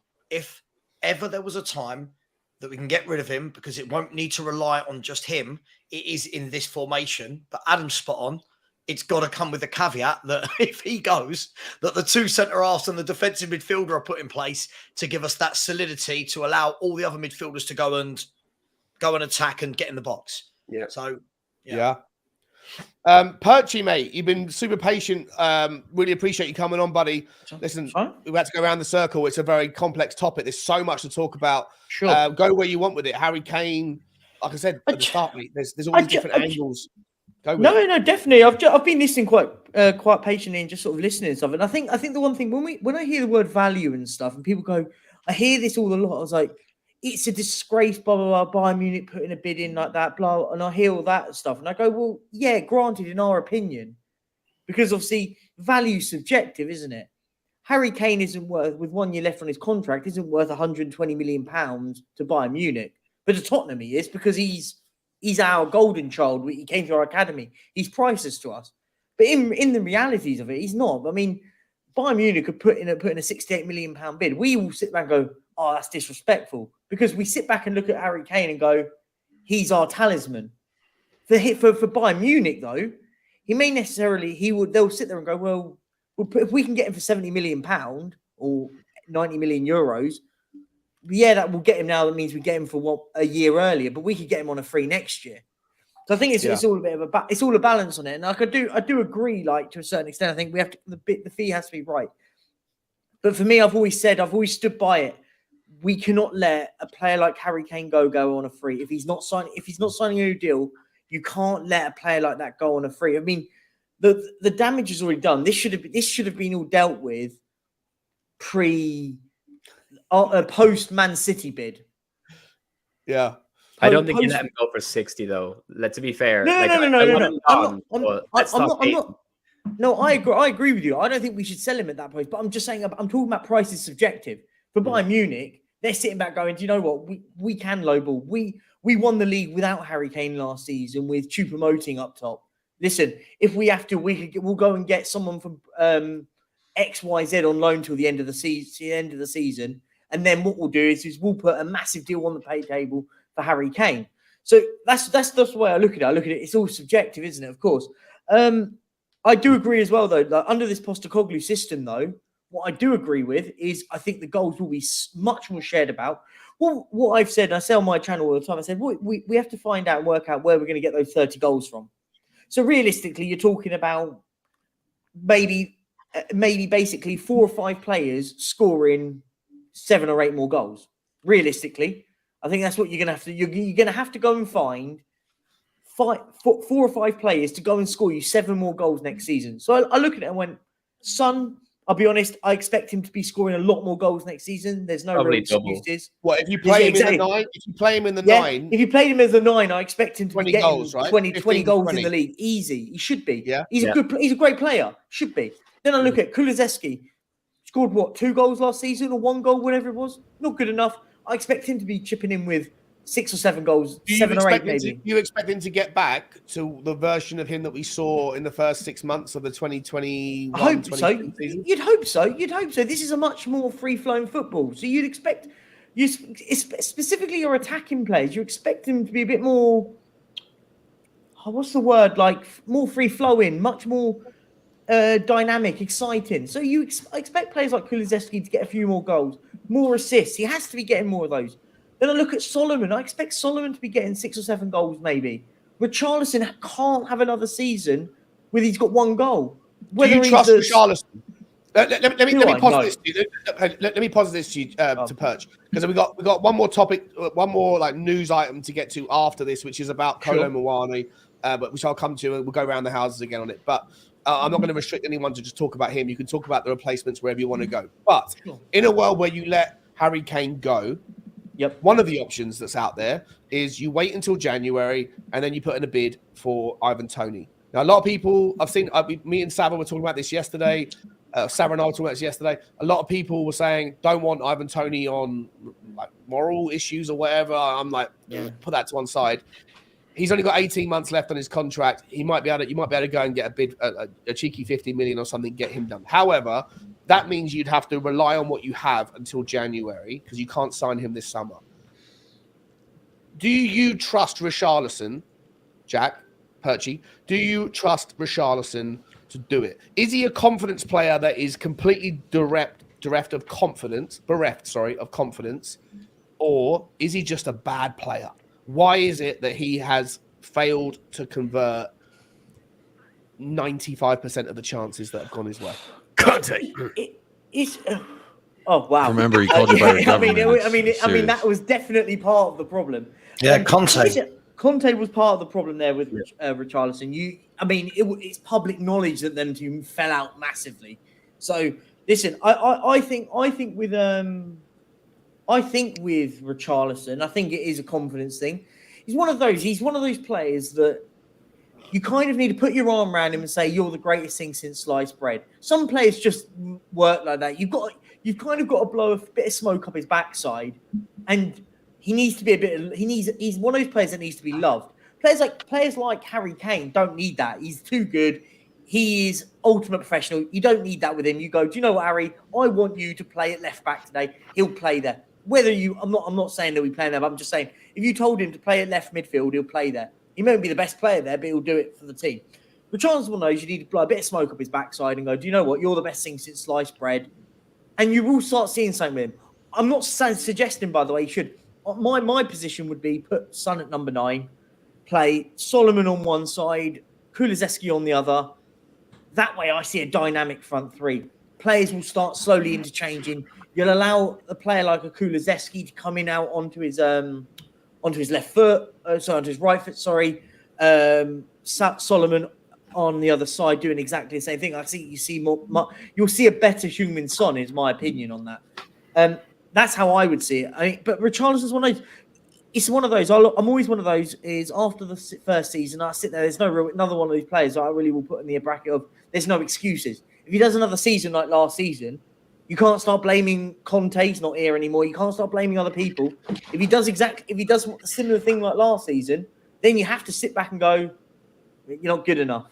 You're not good enough." And unfortunately, we're in that bracket. There's a lot of players that are in that bracket right now. There's a lot of players that have there's no excuse for you next season. There's lots of them. Does anyone else think that? No, I agree with you, Perchi. I just don't have much faith. I hope you're right about Kulusevski. I don't have much faith. Same thing with Richarlison about Kulusevski. Yeah. Just because I've seen him play bad for longer than I've seen him play good for Spurs. Yeah, so that naturally leads me in the inclination that you're going to disappoint me, but the door's still open. I don't like closing the door on anybody until I've seen enough. Let me just rebut that, if I may, because absolutely with the Kulusevski thing, I think that again, I would say playing in a Conte system when you're on the counter attack is going to be an issue for someone like Kulusevski, who was never the fastest in the first place, and then he goes off and has a hamstring injury, and then he's got to be the kind of player who, if we're playing on the counter, he's going to start making dashes forward from our half when we get possession back, and he's got absolutely no confidence in his hamstrings anymore in case it goes again. It's not going to benefit a player like him, and he has been playing at about 80% because he's afraid of what's going to happen to his hamstring if he's constantly doing the counter attack thing. Whereas if we're playing in a pressing team and we're almost always camped in the opponent's half and we're maintaining possession the entire time, I think you'll start seeing much more goals from Kulusevski he's not making darting runs forward anymore. We're already in the opposition half. He is going to be cutting in much more freely, not having to use as much. Kulusevski is ridiculously strong, right? He's insanely strong. He's really, for a lanky guy, he's able to just shoulder. Yeah, he can hold up the ball well. That's why I thought he would do well in the Conte system. So this is why but the problem with the Conte system is it's all counter attack. So we're all camped in. Problem is Conte's a dinosaur. Exactly.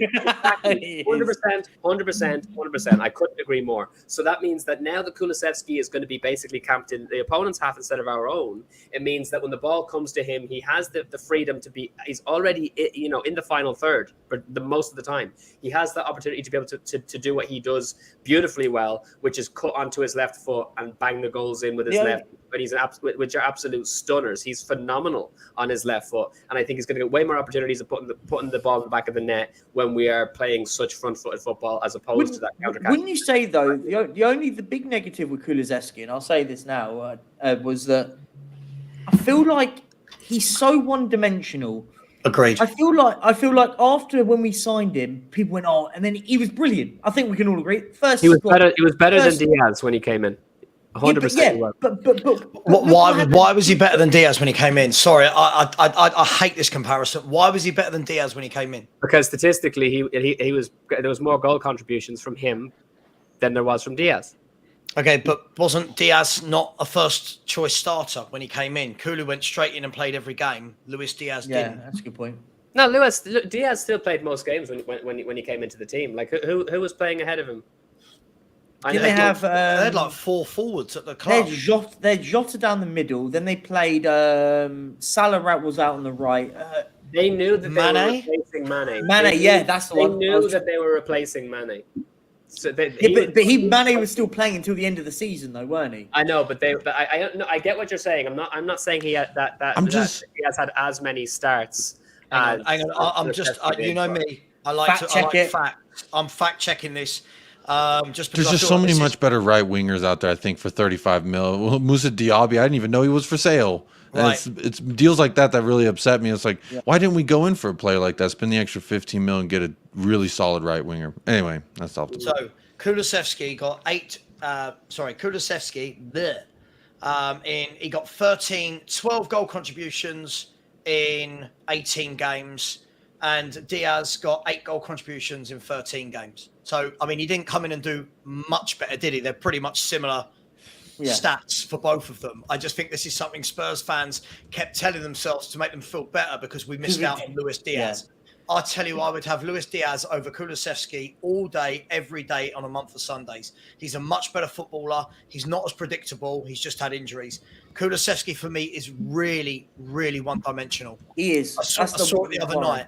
Every time he got the ball, dragged back onto his left foot, whipped it in. It's like, that's great, but I feel like that will get found out because he hasn't got the pace to beat players. It got found out last season. I mean, let's be honest. I mean, what? He got 2 goals. How many got? That's not the reason. That is not the reason why his. Of course it was, because he was one. It's not. I mean, 100% no. Conte takes a lot of the blame, by the way. I mean, it's formation and tactics. It's not even Conte. It's not even Conte. But he was though. He got found. He definitely got found out last season. Let's be frank and honest. The whole issue with Kulusevski last season was his hamstring. He came back from the hamstring injury and he just wasn't at full health. Loads of players get hamstrings. Well, that's the problem, though. But that's even if it's true, and I think Adam's. I agree with Adam.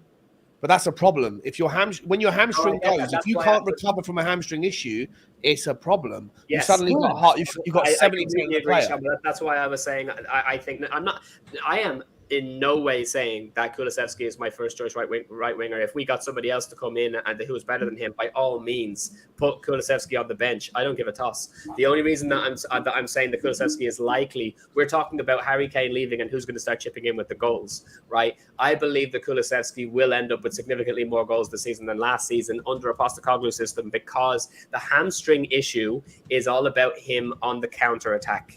Right, so Kulusevski coming on the counter attack, he's not running at full pelt because of his hamstrings. Whereas when you're already camped in, so isn't that, you said it wasn't on Conte? If his hamstrings aren't working properly, isn't that all on Antonio Conte playing him?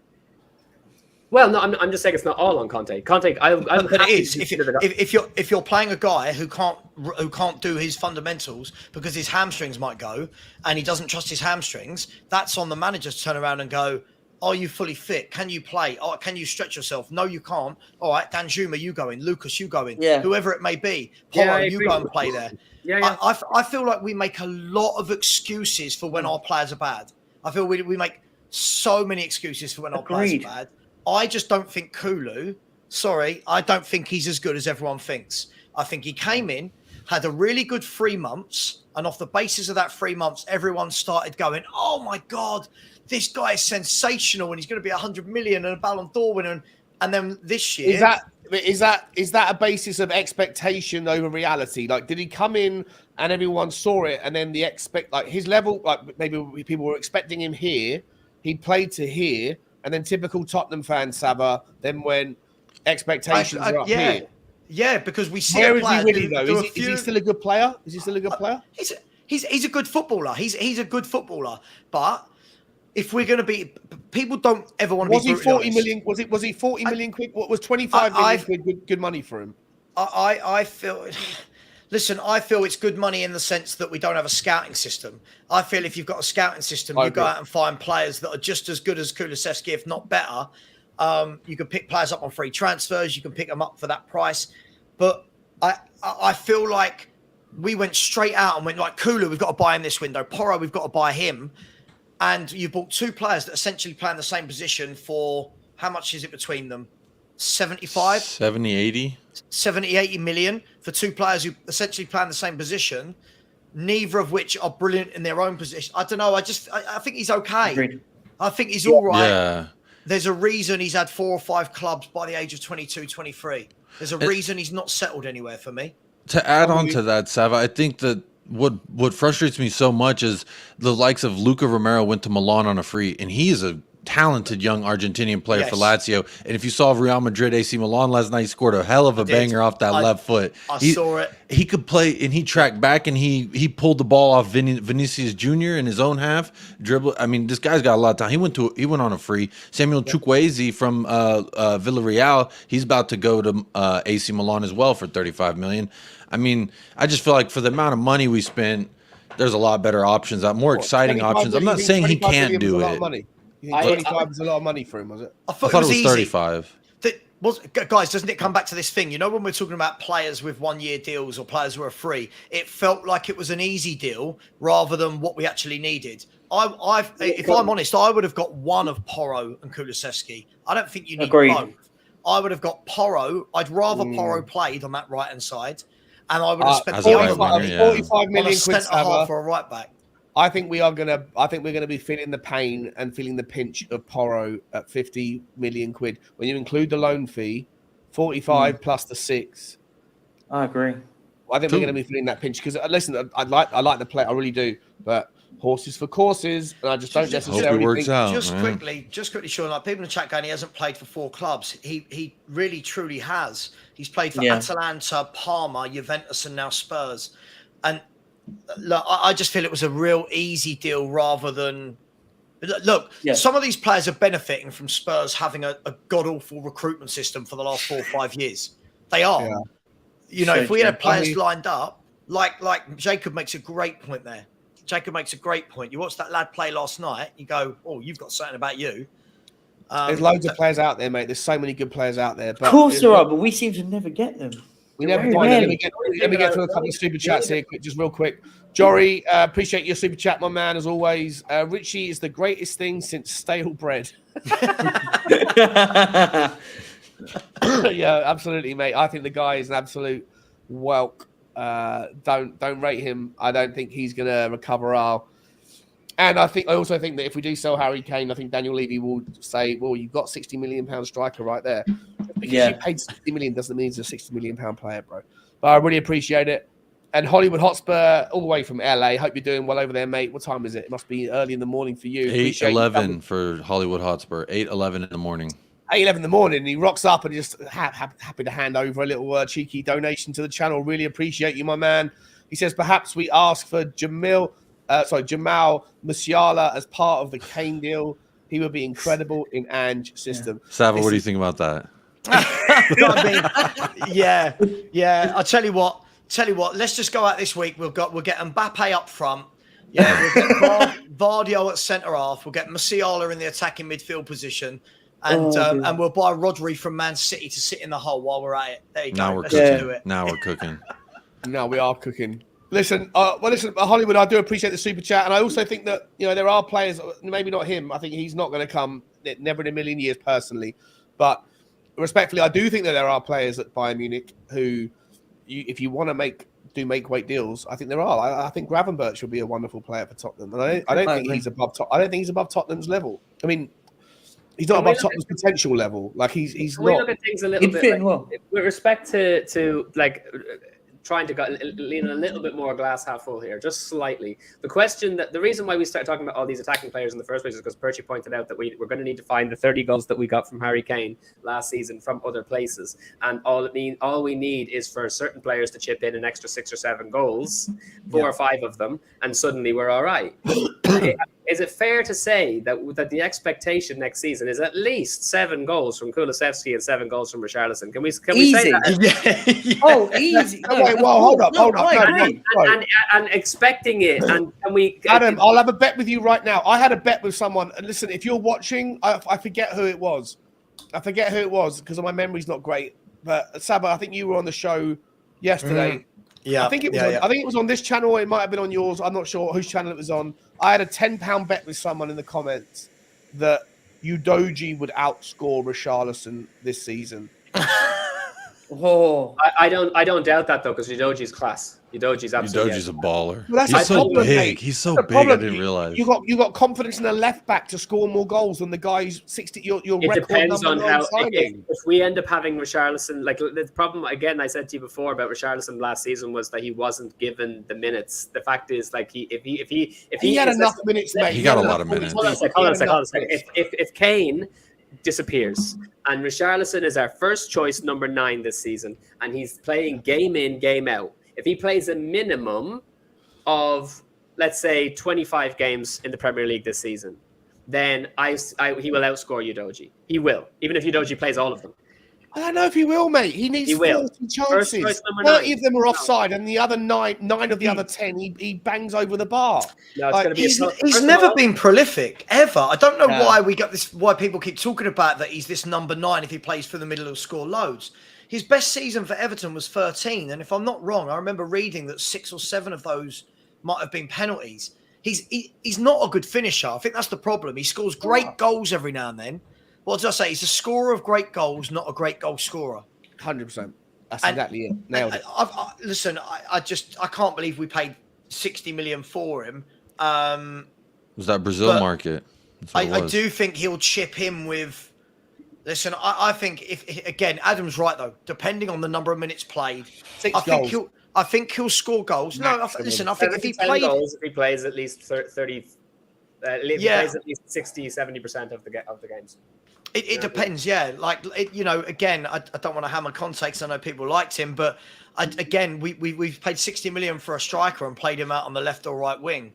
yeah. But I thought he played left wing for Everton. No, he played as a 9. more through the middle. I thought Calvert-Lewin was that.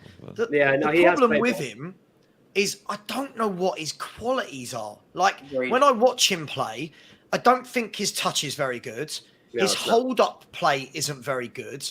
He's not a beast in the air. He's offside a lot of the time. His passing's way. He overcomplicates everything. He receives the ball into his feet, and he thinks, "Oh, I'm gonna let it roll between my legs." Nah. Yeah. He does little flicks over the top. Just stop remembering you're Brazilian for a second and start remembering that you're playing for Tottenham. Simple things, bro, and you'll be fine. I think he overcomplicates it. The one thing there's two. I don't want to hate on him too much because there's 2 things I think are in his favor. One is I genuinely do think that this system will suit him more than any other system I've seen him play. I think that him in the 9, the sacrificial lamb role that the 9 plays in Postecoglou. He's our Kyogo. He is our Kyogo. He could be our Kyogo, right? So there's but Kyogo's a better finisher than Richarlison. So like if he does his job, he can be the reason why there's space for others, and then the ball gets whipped in. If he can finish the ball, then it's great. I think there's a chance there. The other thing I would say is that I think he's completely devoid of any confidence, bereft of confidence, because he's playing behind Harry Kane. If Harry Kane leaves, there is not another human being alive. No one at Bayern Munich, no one in the German media, not even Harry Kane or his wife or Charlie Kane himself, who wants Harry Kane to leave Tottenham more than Richarlison. Richarlison wants Harry Kane gone so that he can finally get his chance. You think he would utilize it to learn from one of the world's best? You think that would be a moment to say, "Hey, here's how I can step up my game"? Because yes, he will eventually leave. To me, that I have a problem with that kind of mentality. Like you should use that to push yourself further. Use him, leech all the information you can from him about positioning, about timing your damn runs. You can't if you're playing for Conte, who's playing you on the left wing, who's barely giving you any minutes and doesn't even really like you. Can we just say as well, just quickly, I haven't had many managers that like me in my life. 2 super quick things. Paulie, I know I'm not the perfect scout, mate. I'm not a scout at all, dude. I'm just a guy with an opinion. I take my dog I said I wanted Emmanuel Dennis. I did say I said relative valuation. I didn't say I wanted Emmanuel Dennis above anyone else. I wasn't rating Dennis as a player above insert extremely awesome striker here. I just said Emmanuel Dennis scored more goals from open play last season than Richarlison did for a weaker team in Watford than Everton. And Emmanuel Dennis cost 12 million. Richarlison cost 60. So relatively, if you're going to buy a terrible finisher, then Emmanuel Dennis was relatively better value for money. That's the point I was making. We could have used that money elsewhere, got the centre back, and then things could have been different.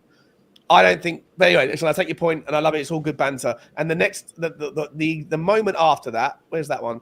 MJ Marquez, Sean. I love your comments, although you are getting sabotaged. You just What does this mean? That's creative words. You just hope Richarlison. Sabotage would have been better, I think. I've said it a million times, mate. I would love to be wrong. When I have negative opinions about certain Tottenham players, I would love to be shut up about. If Richarlison goes and bangs in 20 goals, there's not going to be a happier Tottenham fan out there than I am. I can't wait to say, fair play, you proved me wrong. I mean, he didn't last season. Like Big Boss Man in the chat, it says, Sava, didn't you love Jesus last season? He scored 11 goals. First of all, I think Gabriel Jesus missed like 4 months of the season, didn't he, through injury? And second of all, I didn't love Jesus. What I said was last summer is, if you're offering me Jesus or Richarlison, I'm taking Gabriel Jesus all day, every day on a month of Sundays, right? And I don't think I've been proved wrong by that in any way, shape or form. Jesus is a superior 100%. footballer. I remember AFTV. What's the guy's name who runs it? Robbie. He was like, I remember seeing the clips from him saying Richarlison over Jesus. I think I'm with Savra on that. I was always Jesus over Richarlison. I can't see, because we all said, didn't we? We need a bloke who can play across the three. Do you remember? We all said that's the guy because he's never going to get minutes up in a 9 because of Kane. Then everyone said, oh my God, but he can play everywhere. He can play right, he can play left. We saw very quickly, this guy can't play right. This guy can't play left. He can't take on a man for love nor money. And I just don't understand. If anyone's still, I mean, Jesus played 25 Premier League games last year, right? 25, and got 17 goal contributions. I mean, and someone in the chat wants to talk to me about, oh, Jesus did this. Yeah, I know which one I'd rather have. I remember last summer I got a lot of shit because when we signed Richarlison and he got the brace, everyone was like, and you wanted Jesus, and Jesus was not doing well. And I just more wanted Jesus because I was like, I want a fucking winner. He's a far better player, mate. He's a better player. Sorry, Gabriel Jesus is he's like levels. He's levels above Richarlison on every metric. I'm sorry. One was at Man City. Right, one was at Man City for 5 years learning from Pep. The other one was at Everton. And the Everton fans weren't... So many Everton fans you saw were like, oh, yeah, this guy's more trouble than he's worth. Like... They were having 60 million quid. The only club that has pulled down the pants of the buyer more than Everton did on Tottenham for Richarlison is possibly Arsenal having their pants pulled down this year by Todd Bowley for Kai Havertz. Mate. It's the only way. It's the only realistic option. He's going to be the player of the year. I tell you, he's going to be the Premier League player of the year. He's the worst. Where does he even fit? I don't want to ask that question. I agree. I don't know what he is. Actually, mate, you've been waiting. You got to jump in and just like. When I like hearing it. When the panel's going chaotic, mate, you just got to steal. I was just doing a bit of stats with your Emmanuel Dennis one. Emmanuel Dennis scored double the amount of goals as Richarlison did in the league. So technically, you were right on the Emmanuel Dennis one. I am right, mate. I am. Emmanuel Dennis was played in the appropriate position and he scored two. He scored 2 in 19. Richarlison scored 1 in 27. I was trying to find a feckin' Brazilian flag around here somewhere so I could actually just hold it up and be like, someone has to really represent for Richarlison because the poor bloke is getting so much abuse. I feel like he absolutely got no opportunity to shine last season the way that he. Nah. Excuses. Adam, you ain't pulling. Adam, you're doing what we do. To the hottest chick in Sao Paulo, like, I ain't listening to your loving affair for Richarlison, bro. It's transparently obvious. Crap. If I can pour. I'm not listening to this loving affair for Richarlison.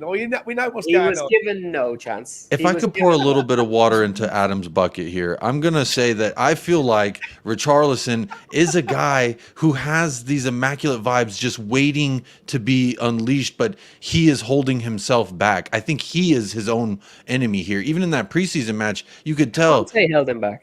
I think it's him. I think he's holding himself back. I think his mentality, if it's true that he wants Kane out of here because he wants to start, to me, prove it. You gotta be the one to take that position away. I don't know. It's a mentality thing. I think he's holding himself back.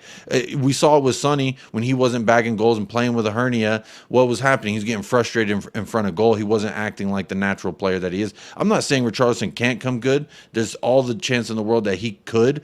I just, even in his best seasons with Everton, I didn't see him blowing the world away. And anytime we played him, I always thought he was doing that like fake hard. You know what I mean? Those guys that like act like they're real tough and they act like they're, it's like a chihuahua barking at a pit bull. It's like, I see you. I never thought he was this hard guy anytime we played him. He just like had the face of a hard guy. You know what I mean? And I feel like if he does come good, he's one of those guys, like you said, who feeds off of confidence. If he's firing on all cylinders, everyone's kissing his ass, I'm sure he's going to bag some amazing goals for us.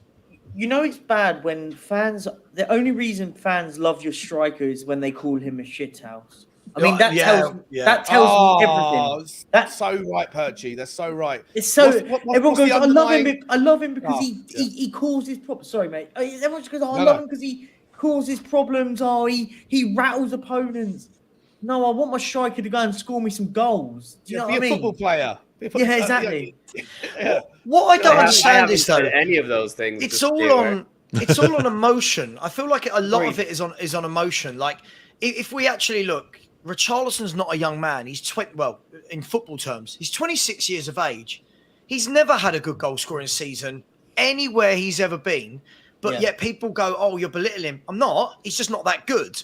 Yes, he's got 20 goals in 42 games for Brazil. But again, this is the problem. Facts over emotion. In the background, when you see me looking down, I'm normally checking some stats or facts or something. Richarlison, most of his goals have come against god-awful teams in games where Brazil have won 4-0, 5-0, 7-0, 3-0. It's not like he's the difference maker in a tough game. He's never scored against a top national team. He stat pads like, just quickly, Perchy, hang on. That goal he scored that everyone raves about, the volley in the World Cup. Go back and watch that volley he scored in the World Cup. No one was marking him. Wasn't this wonderful goal? That was the most overrated goal I've ever seen. Like it was a good finish. It was a lot of fun. But it was, Jacob. But when we're talking about everyone going, oh my God, one of the goals of the tournament, what? Unmarked striker volleys in the ball from 10 yards. It was a training ground. It was a training ground piece. That was all that was.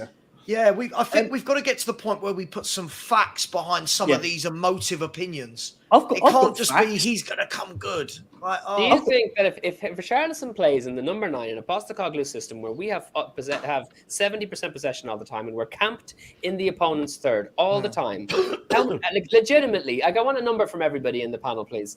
If he plays, just hypothetically, Richarlison played every minute of every Premier League game next season, camped out in the final third of in the opponent's third, and he is we've got 70% possession in every bloody game. How many goals does Richarlison get? 6. 7. And that's me being very generous. Listen, he'll probably get 10 or 11 in 38 games if he played every minute of every game. I accept that. 10 or 11.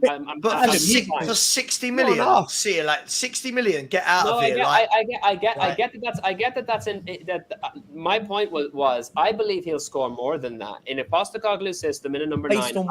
I would say much more. But Adam, look at this, mate. At least what you've said there, Sava, is reasonable. He's not a finisher. Adam, he's not a goal scorer. He's never been a finisher. As much as people in the chat want to go, come on, he's a late bloomer. Okay, Jesus, guys, I've never heard that one. That's a fun one. That's a fun one. Richarlison has played 200 Premier League games. Can anyone guess in the panel here how many he scored in the Premier League? No, 800 Premier League games. He's played 200 Premier League games. How many goals has he scored? This is for a number 9, by the way. 39 in the Premier League. Yeah, I've got it. I've got the facts in front of me. I'd love to know what people think. I reckon it's about 46. The answer is 49 goals. So he's basically averaging 1 in 4. Yeah. So if he played 38 games, exactly. That's the way you divide it. He averages 1 in 4. So he's going to get 9.5 goals. Yeah, he averaged 9.5 goals. Yeah, That's it's not this- good. Just Fly asked a good question. Full games or is that minutes? Like how many minutes? Huh? Goals Oh, per gosh. minute? Gosh, Oh, if you want me to do Because if you get one appearance and it was only 9 minutes, okay, I mean, that's kind of tough. His goals per minute 306. So A that goal again every is 306 minutes. he gets a goal every 306 minutes. That's not good. No, that's not good. 3.5 games. A goal every 3.5 games. Yeah, No, goal that's every not 3.5 good. games. Not good That's- enough. Considering it, that's not bad, especially considering he was playing for Everton. No, was that's playing for terrible. No, that's Everton. terrible. No, sorry. That's terrible. He's playing for Everton, So? and he's barely got a kick for Tottenham. Like all I'm There's a saying reason lads, why he's is playing for Everton. if mate. he's Oh. playing, Sorry, Adam, what's the excuse for Ivan Toney? He only played for Brentford. What's the Yeah. he scored 20 goals. Brentford are a much What's the- better team than Everton. What are you talking Brentford- about? Brentford- Hang on. reason- They've only been in the Brentford- Premier League 2 years. They've been in the, And yeah, they're they class were in by League comparison 2 to whilst Everton. well, Everton Everton were are in the Premier shocking. League. Everton are constantly around the relegation area, lads. What are you talking about? Everton are absolutely Ask abysmal. yourself a Of question. recent history. Ask yourself a question. Why was Richarlison at Everton for 4 years? If he's any good. Spot on. Bang But on. tons of people wanted to come in and buy. He had Real Who? Madrid's attention. So what are you talking about? He had a genuine. I love this. I love this. When fans do this, I love this. It's the same people that go, yeah, but Liverpool looked at Sonny. Where was the bid? Mm. Where was the bid from Real Madrid? Where was the bid? Like, if there's no bid, it doesn't mean anything. I like Margot Robbie. Doesn't mean we've been on a date. Do you know what I mean? Just because I like her. To be fair, Like, she we hasn't can- seen you yet. She hasn't seen you. She doesn't know about you. If she Yeah, did, know she'd about look you. me up and down and go, no, that's a 1 in 4 guy. I need a 1 in 1. Don't worry about that. I know my lane, Sean. Listen, I Even just think, Harry Kane's not a 1-in-1, lads. Come on. Yeah, He but played- I think we do- Richarlison played for Everton. He was Adam, at we do this too small much. team. there is excuses to why every single player has not worked out for Spurs for 4 years. There are excuses for every single player. At what point do we look at them and go, maybe they're just not as good as some people want them to be? There's a difference between want and actually. I watched him at Everton. Like, Sean, we did a show last summer. You might not remember this. We did a show last summer, one of the first ones in your show. And we both turned around and said, I don't care if he's like 10 million or 60 million. I've watched him enough at Everton. Yeah. He don't do anything for me. I Like, watched enough at Watford. yeah, he doesn't. He was I don't better know at what he Watford than he was does. at Everton, in my opinion. But I just don't think he's good. I've never understood how there's so much money has been traded hands about this guy. It's I because don't- he plays for I'm Brazil. not saying that he's that thus far. Certainly not thus far. He's justified a 60 million price tag. All I'm saying is the shit he gets, considering he's not had a chance. He's genuinely. You can't say he has. You can't. If by the end of next season he's played a considerable amount of minutes and he's still squandered all of his opportunities, then fine. I'll have egg on my face. But I don't think we haven't seen the best of him. Fair enough, fair enough. Okay, where have you seen the best of him? I think we're going to see the best of him this season. No, but where have you? It's the Only same with for- Ndombele. Only for Brazil. Right, so basically when he's playing, when people like Vinicius Jr., Casemiro, Paqueta, who else am I missing for Bobby Firmino? So when some of the world's best players are laying it on a plate for him, is where we see the best of him in these meaningless friendlies and games against really poor teams. That's what we're saying, right? That's where we've seen. The World Cup wasn't meaningless friendlies. Okay, and he scored a couple of goals against teams that Brazil battered. I don't understand. He scored the 2 best goals in the entire tournament. Oh, no, he didn't. Yes, Have he a did. day They off. were No, voted the best 2 goals in the entire Oh, tournament. good God. They How were is that actually volley one of voted. the... It was one of the better individual moments, but it wasn't like it looked Wow. pretty. It looked pretty. It's like one of those girls on Instagram. You see those videos of that? There's a girl on Instagram who's got like no teeth and horrendous hair, and like she makes a point of like showing the difference between before and after, and she puts in her false nines, and then she does her makeup I over can like fix a her. minute and a half, and then all of a sudden she goes from being like, with respect, I'm sure I'm not gonna be disrespectful to her, but like she looks like like a meth addict almost, and I think that's part of the whole thing that she's doing. And then she turns out to be a 9 out of 10. And I think this is like that particular goal is something that you reflect on the way it was done. It looked pretty, but there was no challenge. Yeah. There was nothing. It was a training ground routine. It was mad. What about the goal Argentina scored in the final? Mbappe's volley. Was it Chouameni or Camavinga against England? There were so many better goals than Richarlison's volley against being unmarked. I just can't. Can I? I'm just. There was an actual vote done. So I mean, like. But again, people like seeing what is perceived as the volley, and it's sexy. Yeah. I mean, I'm literally watching his highlights now from the World Cup, so I'm waiting to see the goal. All right, listen. I wanted to just sort of just touch on one thing because I wanted to break this myth about Richarlison didn't get a chance. Because I like stats. I look at it. Richarlison scored 1 goal last season in 1,006 minutes last season. Pedro Porro scored 3 goals last season in 15 appearances. I mean, he signed him as a right back. You could argue he's a right winger, whatever you want to call it. I'll take bets on Porro score, and I don't even think Porro's going to get as many minutes as people think he is. I think that right now Postecoglou believes he's a right back, but I think at some point he'll realise he's not, and then I think he'll have to compete. I'll still take that £10 bet with anyone in the comments. I think Porro will outscore Richarlison as well. I think Porro's a better guys. I think he's a finisher. We've been going for 2 hours. I want one last conversation. I was going to clip up the bloody Harry Kane into Richarlison thing, but if I clip up that entire conversation, it's a whole other stream. I can't do that anymore. Let me move on. But before we do, there's still nearly 800 people in the house. It's been a crazy stream. I really appreciate it. Smash the like on the video. I'm not even sure what the numbers are looking like. I'm going to come to Perchy first on this last question, and we're going to go around the houses. But also hit the subscribe if you haven't already. And I put the links for Perchy TV, for United Spurs of America, for Football Heritage, and for Wild Stag Media, all in the description below. So if you haven't already subscribed to them, you can go into the description below you. You can smash the link. It will take you to another tab. Help everybody out. I love everyone for coming on. It's been a really interesting and cool conversation. But the last part of the news stream we haven't got to today is this one from Sasha Tavaleri. He's saying it's an exclusive, according to him. Randal Kolo Muani is the priority target striker for Harry Kane's replacement at Tottenham. Interest is huge on the player, and the talk on the player side has just started. I understand that this deal could happen as ENIC Group have given the green light to Daniel Levy for sale of Harry Kane. It's an €80 million deal. Frankfurt have already discussed this with clubs before, but not yet with Tottenham. The French striker is keen on the move away. Doesn't reference Tottenham necessarily. Where I think that there's a little bit of like interesting reading between the lines here is where he says that ENIC Group have given the green light to Daniel Levy for the sale of Harry Kane. I don't know if he's using what the other story we spoke about earlier with regard Joe Lewis forcing the issue or not. I'm not sure.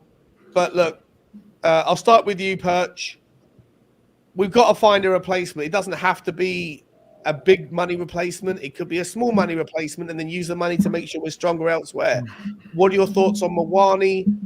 And you can insert whoever else you'd rather have if you want instead. But yeah. No, I like Kolo Muani. I think he's a decent player. 80 million euros is quite a bit of money. So you're then talking, you then need a player like that to come in and go and hit the ground running.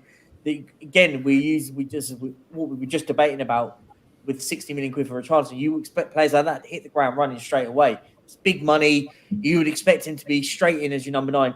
For me, the one if I was Spurs, I would be ballsy and go to Brentford and sign Ivan Toney right now if you could.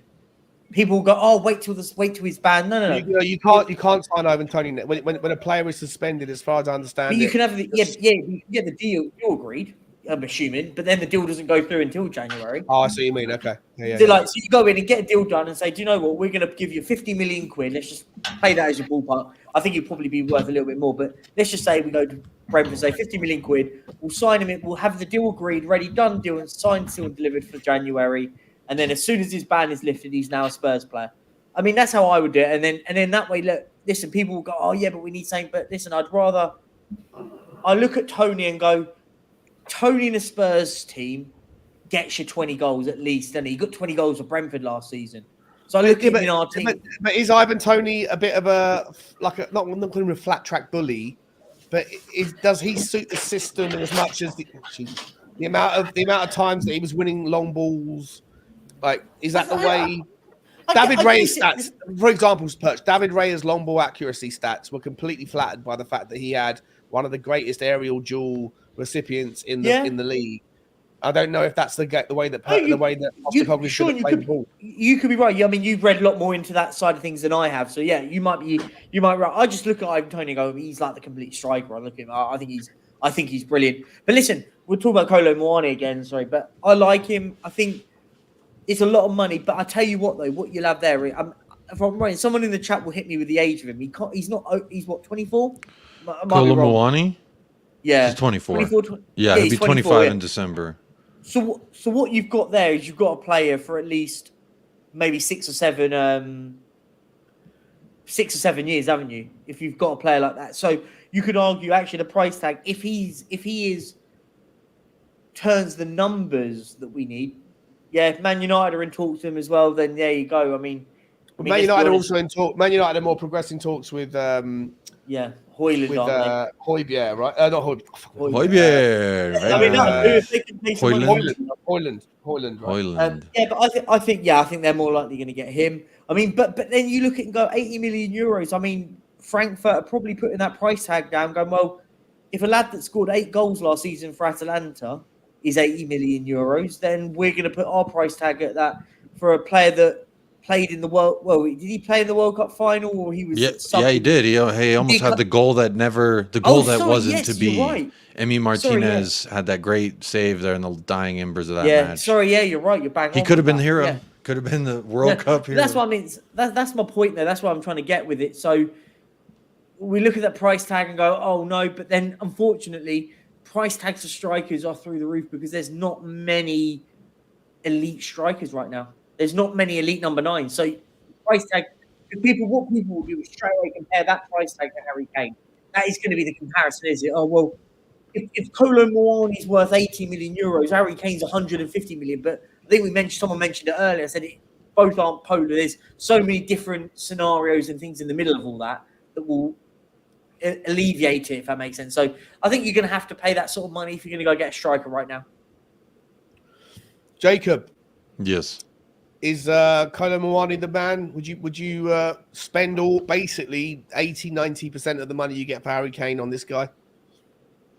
I wouldn't personally. I think he's a talented player. I think he's got there's a lot there. I mean, when you look at his stats, started 31 matches, scored 15, so already the return's better than what we've got in Richarlison. But I don't know. I'm of the mindset I don't want to keep dragging this conversation back to Ivan Toney, but I was a fan of him when he was in the championship, and I used to laud the fact that, like, why don't we go to the championship and pull talent from there? And I was like, I think I found the perfect Harry Kane backup in this guy, Ivan Toney. And it turns out he reminds me, anytime I watch him play, he just reminds me of if Harry Kane could run real fast and jump real high. And to me, it just makes the most sense to get a guy like that to fit in and fill that hole of a like player. But I just think Kolo Muani, I don't know enough about him to say, oh yeah, we got to go and grab this guy. I mean, like I said, I know of him from his World Cup appearances.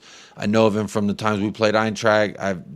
I didn't watch a lot of Eintracht last year. I mostly watched Leverkusen, so I'd probably be better served to tell you about Patrick Schick than Kolo Muani. But I'm a fan of Schick, but what is he now? 30? He's injured 31? Too, by the way. Yeah, he's also hurt. Yeah. So okay. But Kolo Muani, my final thought is, like, I'm not against it, but the price tag seems very, very high in my opinion. And if we're gonna spend all the money we get for Kane on that, you hope you're getting something similar in return, right? That's the hope. So I don't know that he would immediately come in. I mean, he's 6'2". I don't think he's that girthy of a player, is he? I feel like he gets kind of pushed around. Yeah, you look at Udogie, that guy's thick. You look at Reguilon and Udogie. I would say one's girthier than the other. For sure, 100%. As a left back. Well, it's about girthy players. Saba, I've got to ask this, man. Like, you reminded me of a player that I'd seen, but you've obviously found him as well. Talking about girthy players that can get the ball and run at pace, Well, no, I wouldn't call him particularly pacey, but he's a real strong dribbler, a runner with the ball, and he's got size and stature and the new adjective of the day, girth. Is your boy Jimenez? What's your? You would go with it? Yeah, I feel like if you're going to get 95 million for Harry Kane, do I want to go and spend every single penny of that on Kolo Muani? No. I think the whole point is that we can build around that. We can build around with younger players. I'm not saying Muani's older, but we can go and get some younger, cheaper players, right? And what I mean by that is Spurs aren't the best at spending, right? But if you offered me Jimenez of Feyenoord for 25, 30 million versus Muani at 80 million, I'm taking Jimenez. Muani's a good player. Watched him a lot last year. A good player. It gives you assists as well as goals. And if you look at his career, he's played 117 professional games and got 40 goals. So he's 1 in 3, which isn't bad. It's not bad at all. For me, though, I just think you can do so much more with the money than just buying Muani. When you look at like Jackson at Chelsea, somebody said that went for like 30 million. When you're looking at people like Jimenez that could be got for 25, 30 million, you know, this is again when it comes down to the good scouting. At the moment, we're just linked with names that everybody knows and the mainstream players. Where are the players in those leagues that have done really well but go fly under the radar? Where are those players? That's what I want to be scouting. I just think 80 million. And by the way, I'm going to say this. I truly agree. Someone in the chat just now put, if Muani's available, I truly believe he's going to a bigger club than Tottenham Hotspur, if I'm brutally honest. He's another one that, because of the lack of strikers and goal scorers in the world, I truly believe he'll have a bigger pond to go to than the one at Tottenham. Do you guys know much about this guy, Pedro from Flamengo, that we're linked with? No. I don't know much about him. He's scored like 32 goals in Brazil. He's a youngster. He's 26 years. Oh, he's not that young. 26 years old, but he's banged in ridiculous amounts of goals over in Brazil. And honestly, I made a video about him. Yeah, so I was just gonna say. Those are the sort of players though that excite me though. Like, do you know what I mean? He gets a goal. One for every game he plays. He scores four goals in every 5 games. I mean, as a striker in the top leagues, goals per shot ratio, he's up there with that fella El Yawahi for his goals per shot conversion ratio. Those are the sort of players that excite me. They're a bit of unknowns. Like what? We're not going to be sitting there breaking the bank to get in a lad from Brazil, are we? We're not going to break the bank. So someone like that, I would like. So I wouldn't be too against that. I think that's the sort of business I like to see us doing, because I sit and go, okay, that's taking us to go out there and scout over in Brazil and scout these lads and listen, like, why not? Like, listen, you're going to probably end up paying £30 million for someone like that. Why wouldn't you go? Look at Pedro, who Brighton have just signed. Yeah, I was just going to say that. Did anyone see Brighton Chelsea the other night? Yeah, he came on and caused problems. Tricky, skillful, running down the left, running down the right, through the middle. Why? I'm not saying him, but there are loads of players, Sean, like that in the world. I don't think we need to go and pay 80 million for a guy that's best season ever is 15 goals. I feel it's madness. What was it from Watford they got him? Yeah. He looked really good. So I'm not saying these guys are going to get you 20 goals a season, but to Adam's point earlier, I don't think you need that if you've got Maddison with 10, if you've got Sonny with 15, 20, if you've got Porro chipping in with 7 or 8, Kulu with 7 or 8, Solomon with 7.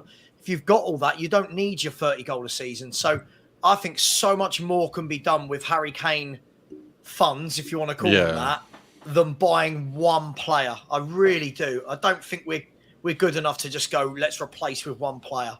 Centre back, centre mid, young forward. Yeah. Yeah, go give me Vardiol. Oh, sorry. Just get on to Vardiol. Yeah, right. So, listen, last thing I'm going to ask you before we're going to round off, guys. We've been going for an hour longer than I thought we were going to. I really appreciate everyone. I'm going to ask everyone once again in the chat to smash the like on the video if you haven't already. I don't even know what we're at, but I'm hoping. 25 away from 550. Wow. You know what? Actually, at that level, that's probably greedy of me to ask for too many more. But if you haven't already, smash the. You can hit 600 real easy. Smash the subscribe on the channel. Smash the subscribe on Perchy, on Jacobs, United Spurs of America, on the Football Heritage TV, and also get yourself over to Instagram and follow the Wild Stag Media if you love Adam's points of view as well. The last thing I've got to ask, just to round it off, guys, is what essentially it's the Harry Kane saga. What's the number? What is the number right now that you would, when you bake everything in, when you bake how much demand there is for him, how few players there are out there that are out and out number 9, the fact that he's the top of the list, the fact that there's so many teams that are looking for him, the fact that when we sell him, every club will know we've got money, like reflect back on the Gareth Bale drama, and you end up overpaying for everyone else. What is the number right now? Adam, I'll start with you and we're going to go clockwise. What is the number right now that if Bayern Munich or anyone else puts in an official bid for, and Daniel Levy says no, then you're not happy, and you said £85,000. That is a weirdly low number. Do you mean 85 million? Yeah. So confident you put it on a piece of paper. 85 million. 85 million pound, and you think that's enough? 85 million, and you think if Daniel Levy rejects 85 million, Yes. and then Harry Kane leaves next year for free, then it's on Daniel Levy, yeah?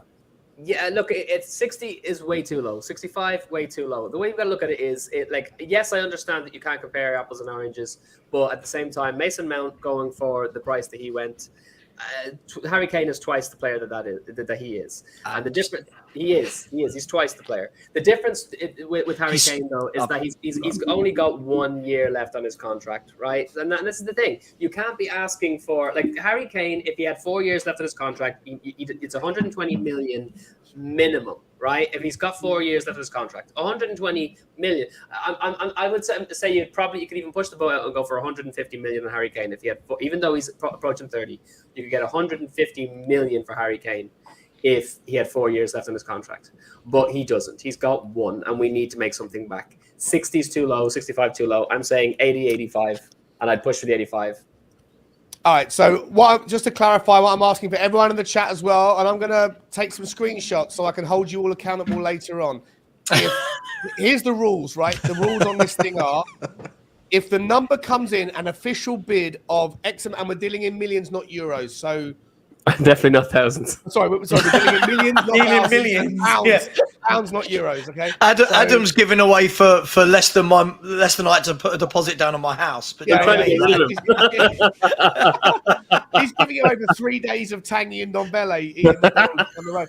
So if the number comes in as an official bid from Bayern Munich or anybody else, and it's turned down, and Daniel Levy then loses him for free, then it's on Daniel Levy. But anything less than that number coming in as an official bid, then it's not on Daniel Levy. It's on Bayern Munich for not recognizing the value that you, as a fan in the comments or on the panel, are attributing to Harry Kane, given the circumstances. Adam has said 85 million pounds. Sava, what is your number, mate? As the number? 90 million pounds. Okay. 90 million. I just want to say, look, I know we're football fans. We can talk about numbers all day long. I care more about Tottenham Hotspur. So if it's 90 million and we build versus him walking on a free next year, and then we're all crying that we've got no money for one of the world's best strikers, give me 90 million. And by the way, just saying, Adam, that when Kane did have 3 or 4 years left on his contract, no one paid 150 million for him. I'm just saying. That's what he's worth, is all I'm saying. You're worth what someone will pay for you. He had his 4 years on his contract right now. You wouldn't sell him for less. I don't care what anyone's coming in for. If you had 4 years left on his contract, you would not take less than 150 million for him, if even. Okay, well that's before. That's before. We are where we are. So right now, I'm seeing in the chat, Andy McPherson is nothing less than at 90 million. All right, Andy, so I'm going to hold you to this, mate. If Bayern Munich bring in an 85 million pound bid and Daniel Levy turns it down, then Andy, you can't criticize Daniel Levy if that's your number. That's the rules of this game we're playing. Okay. So rules we're playing. Custy, 100 million. So if Bayern Munich come in with 95 and Daniel Levy says no, Custy, you can't criticize Custy Daniel in the Levy. mud. That's your number. Right? I'm not listen, it's all fun and games, but that's the number. That's how we're gonna work this. Batu saying 90 million. Cheese Room John, big up John. I hope you're okay, mate. 100 million is your number. Jim is saying 80 million. We're all in the same ballpark. What's your number, Jacob? I would start at 100, and the lowest you could talk me down is 80. That's the That's a lowest. ridiculous spread. That's a ridiculous Yeah. spread. 20 Pick million? a number, bro. Pick 20 a million? number. I'm Pick a saying, number and stick. and when you show up to a bargain or any kind of deal being made, you say, What's your lowest number? What's should the have lowest? number. Somewhere between 10 million and 150 million, just somewhere in there. meet me in the middle somewhere, you know? No. There's a Pierre-Emile Hojbjerg in the middle of that deal with Jacob there. So Yeah, okay, yeah. I'm gonna. All right, the lowest I'll go 80. 80 mil is the lowest I'll go. That's Anything low. less, That is low. I'll take 80 mil because You take 80 mil right now. Let's look at the difference between what Sava's saying and what I'm saying. He says 90, I say 80. That's 10 million. So like, if I got 90, I'm taking it. I get 80, I'm taking it. You can't But price yourself out of the deal. He has to go. If you put 90 to 100 on the thing, and then He wants to go. He has to go. We got to get rid of the guy. He wants to go. Not for an unreasonable price. 80 is not unreasonable. I don't think No. for. I don't think. The problem is, 85 is Jacob, fine. when you say like the difference between 80 and 90 is only 10 mil, it's not that much.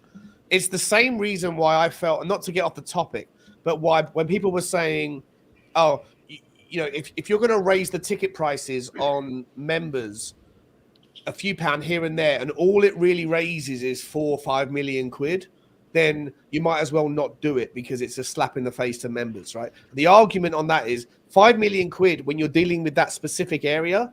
If that's the argument, oh, it's only 5 mil, then like you can make that same argument all the time about everything. Should we raise the price of a pint of beer 3p this year because tax has gone up 3p? Well, how much more is it going to raise? Well, it's going to cover the cost, but it's going to raise an extra 2 million. It's only 2 million. Ignore it. If you take that same approach to everything all the time, that 2 million here, that 5 million there, that 8 million there, that 1 million there, it all adds up, and it makes the difference between players like Ashley Phillips, who we can't get over the line because we thought we were paying 3 million, but Blackburn Rovers want 9 million. Like those little 3, 4, 5 millions here and there, they add up to the difference between getting players in and not over a period of time. And so when you say like the difference between 80 and 90 is kind of irrelevant, it's not irrelevant. It's actually a massive slice. It's also 12, 13% of the overall price of the player. So Well, I said I'd start at 100. Y'all didn't like that, so I was just saying the lowest I'll go is 80. Basically, he said, get off that fence, get those splinters out of your ass, and give us a number. Give us a number. Yeah. Right, No, so and- Sean, Dave Hamilton is saying like basically That's a bit low for me. That's Dave a bit Hamilton- low. yeah, saying sell him 75 is already. too low. Dave's saying sell him already. He's already because that bid's already come in basically. Yeah. Matthew Ball's at 95. Where are you at, Perchy? Do you know what I'm saying? 80, and people think it's 80. low. And no, but the thing is you've got to remember, this is a player that has said, Let's just get it done. This is a player it that's done. saying, I'm not going to stay at your football club at the end of the year. So you have to put all the sort of outlying factors. You've got to take away our love for Harry Kane and all that. You've got to take it as what it is as a transfer. Bayern Munich and Tottenham fans will sit there and go, oh, he's worth 150 million pounds. Well, yeah, because we're emotionally attached to him. But I sit back and go, a player with 1 year left on his contract that has come out and said, I'm not going to sign a new deal. The longer it goes, let's think about it. It's 80 million pounds now. He's worth about half that in January. So, yeah, when he can go and agree a deal straight away with someone. You know, So no, that's you've my got to theory. factor in all that stuff. So what's your number's 80? Okay. 80. I said 80 million pound. I think we should try and go for higher, of course, but I think 80 million pound is the benchmark for me at the Okay. bottom. Well, I'm going to hold you to that. I'm not going to hold you the other way. No, I'm going to hold you to the fact that if we sell him for 90, then I'm not going to allow you to moan about not paying the extra 5 million for a player because you didn't get that 10 million that you would have taken. Oh, 10 I million see what less. he's doing. Oh, I see yeah, what I'm he's doing. holding There you he to is. side. Sean has goes down a rabbit hole. I just want to Oh, see. We should be no, buying no, players no. regardless. We should, regardless if we. I'm we holding can you score all. Harry Kane. I'm holding you all to your answers Oh, here. Sean, There's ways we can go with it. It's all down a rabbit hole. Amazing. Adam William Cahill, penultimate guy. What's your number, my man? So I already said 85. 85 Oh, for you me. all done it. Okay, so we got 85. So Adam 85. We got 80 from Perchy. You were 80 as well, weren't you, Jacob? In the end, I was 10 to 100 million. yeah, but 80 million. 80 million, yeah. Wow, you guys want him out the door 10 to 100. at any price. Sava, what was the number you said? 90. I said 90. I think it will be anywhere between 85 and 95. I think Bayern Munich apparently are coming in with an 85 million pound bid this week, right? Yeah, it's an interesting. I think that's And a buyback the clause. number. I think that's the number that gets Levy to go, all right, we're not quite there, but I can take 85 million. Right, what we adding on? Right, You're at the that's table, aren't you? You're at the table. you're at the table. I think anything less than that, but other than that, it's just vanity. Other than that, it's vanity. I do not want him to walk for free. Yeah, I Sam, do here's not want him to walk for free. a quick question before you finish, though. Here's a question: if you've got £85 million on the table right now, and predominantly the majority of it is immediately in it, not in installments, the more than 50% is it, and it was on the table now to get the deal done now. Yeah. Or over getting 90, but we've got to go through a month. No, now 85. That's what I mean. Up That's what I'm front, saying. right now, get it on. Bring in Tapsoba, Van der Ven, the money that we already had for a centre back. That's Put what I it mean. on a defensive midfielder. Buying a young forward. Let's go. Let's build, and then see what happens. But Sean, I do need to go. I'm so sorry. No, listen, honestly, if you got to go right this second, I'll let you jump. But we're going to wrap up right now. You'll go. Okay, appreciate you, Saba. Thanks so much, mate. See you soon. Listen, guys, I'm going to give you my number. My number is 87 million. 88 million. 88 million, I'm going to say. Anything less than that, and I'm willing to dabble. I'm willing to roll the dice and hold me accountable. If the number is 87, I'm saying 88, right? Because a million here, a million there, it all adds up. I like the fact that people are appreciating the fact that I'm holding people accountable here. I love it. C to the fourth says I've got nonsense logic. Well, I don't know if I do or not, but I'm going to hold everyone accountable. I've captured all of your numbers, and I've captured everyone in the comments. So I'm going to be going through this, adding it into an Excel sheet. I'm going to be adding this into an Excel sheet. And I'm going to be watching. I'm going to be watching everybody as we go through my last this. image, right? I can't wait for Sean just to have like a massive spreadsheet when the deal's done, and he'll just start reading them out, going, if the number comes in at 87, then I'm going to say everybody. How many people were there? There was just a girl who loves Spurs. She was okay at this number. Well, she's in the mud. Benny Kaufman, he's not in the mud. He actually didn't want this deal happening. I've captured it all, guys. You've all put it in there. So wait, am I in the mud? If we sell them for 85 and I said I wanted 80 is the lowest I go, am I in the mud? I just want clarity. No, you're not in the mud. But what you don't have the right to do is moan about missing out on 5 million for a defender. All right. But I am already moaning about Mickey Van de Ven and Tapsoba and Ashley Phillips. What do you mean? I was going to say, that's the way the game works. Anyway. That's the way the game works. Brilliant. Guys, we've got a couple of super chats, then we're going to round off. We got a super chat from Phil P. This is my while back. Sorry, Phil. How many times has Sava seen Barbie? I say 3. I'm going with 80. That's why he had to dart. That's why he had to dart off. He was missing missing the 5:05 showing down Selhurst Park. We also have one from thanks Bill. I appreciate you, mate, for all the super chats. Waka Paranormal. Think how much Kane will be to buy him back. Or there was that argument we put out earlier that maybe Bayern Munich are willing to put in a buyback clause. I think we discussed it earlier. So, but I appreciate it, Waka. Jim from Spurs Till I Die says, Sean, you are spot on. It's massive money and it all adds up. It does all add up. All these little monies here and there, when people say, oh, it's only 2 million, so don't do it. If you make that same argument for every little 2 million increment here and there, then you end up 100 million less off. Like, trust me, I'm always in the camp of spend the extra money because it's not my money. It's monopoly money at the end of the day for me. I get it. But it, obviously for people who actually it's tied to their bank account. If you run business, if you look into accounts, you've got to find those little incremental pounds here and there. Yeah, they do definitely add up. Yeah. You've got to add up. And then Starbucks Jory last drink one every is day. saying Kane has all the cards. It will be 75 million cash plus add-ons. We shall see, Jory. That's not only is that's also Is that the been- Joracle? He sees things in the Joracle. future, so Guys, Yep, we're gonna that is the round off. I am a. She's unsubscribing. Don't unsubscribe. Don't matter if you unsubscribe, Kate. I've got your details. he's already got what he wanted from me. Come on. I've got what I needed. I got the numbers out of all of you guys. Lads and ladies, we are going to round it off. I want to say thank you to everyone. It's been 2.5 hours and there's been 840 people, give or take, here the entire time. It's been a mad show. Listen, get over to Sava. He's left the channel, but you can find him. His link is in the description. Sava talks Football Heritage TV. That's the old one. Football Heritage TV. Go over there and subscribe to him. Adam, what's coming up with your stuff, my man? Wild Stag Media. Anything you want to plug? Yeah, so basically we're undergoing a rebrand at the moment. Myself and my beautiful wife, who is does the marketing and promotions for my company. We're rebranding the company, and there's a lot of new content going to start coming out on we're on all the social media machines. So we're Wild Stag Media on Instagram, Twitter, Facebook, TikTok, you name it. We're going to be starting a new YouTube channel soon. And in lieu of the fact that our first feature film, Follow the Dead, is already out on the likes of Amazon, Tubi, where else are we? YouTube movies, Google Play, stuff like that. But we're going to be releasing for the first time ever in Ireland on Apple TV in the coming weeks. So looking forward to getting that out. So if you want to check the film out, and if you're in the UK, check the film out on Amazon.co.uk. If you're in the States, go to Tubi TV. You can watch it. It's on Amazon also. Oh, it's free on Tubi. I paid $3.99 to watch it on Amazon. Dude, like a year ago. Yeah.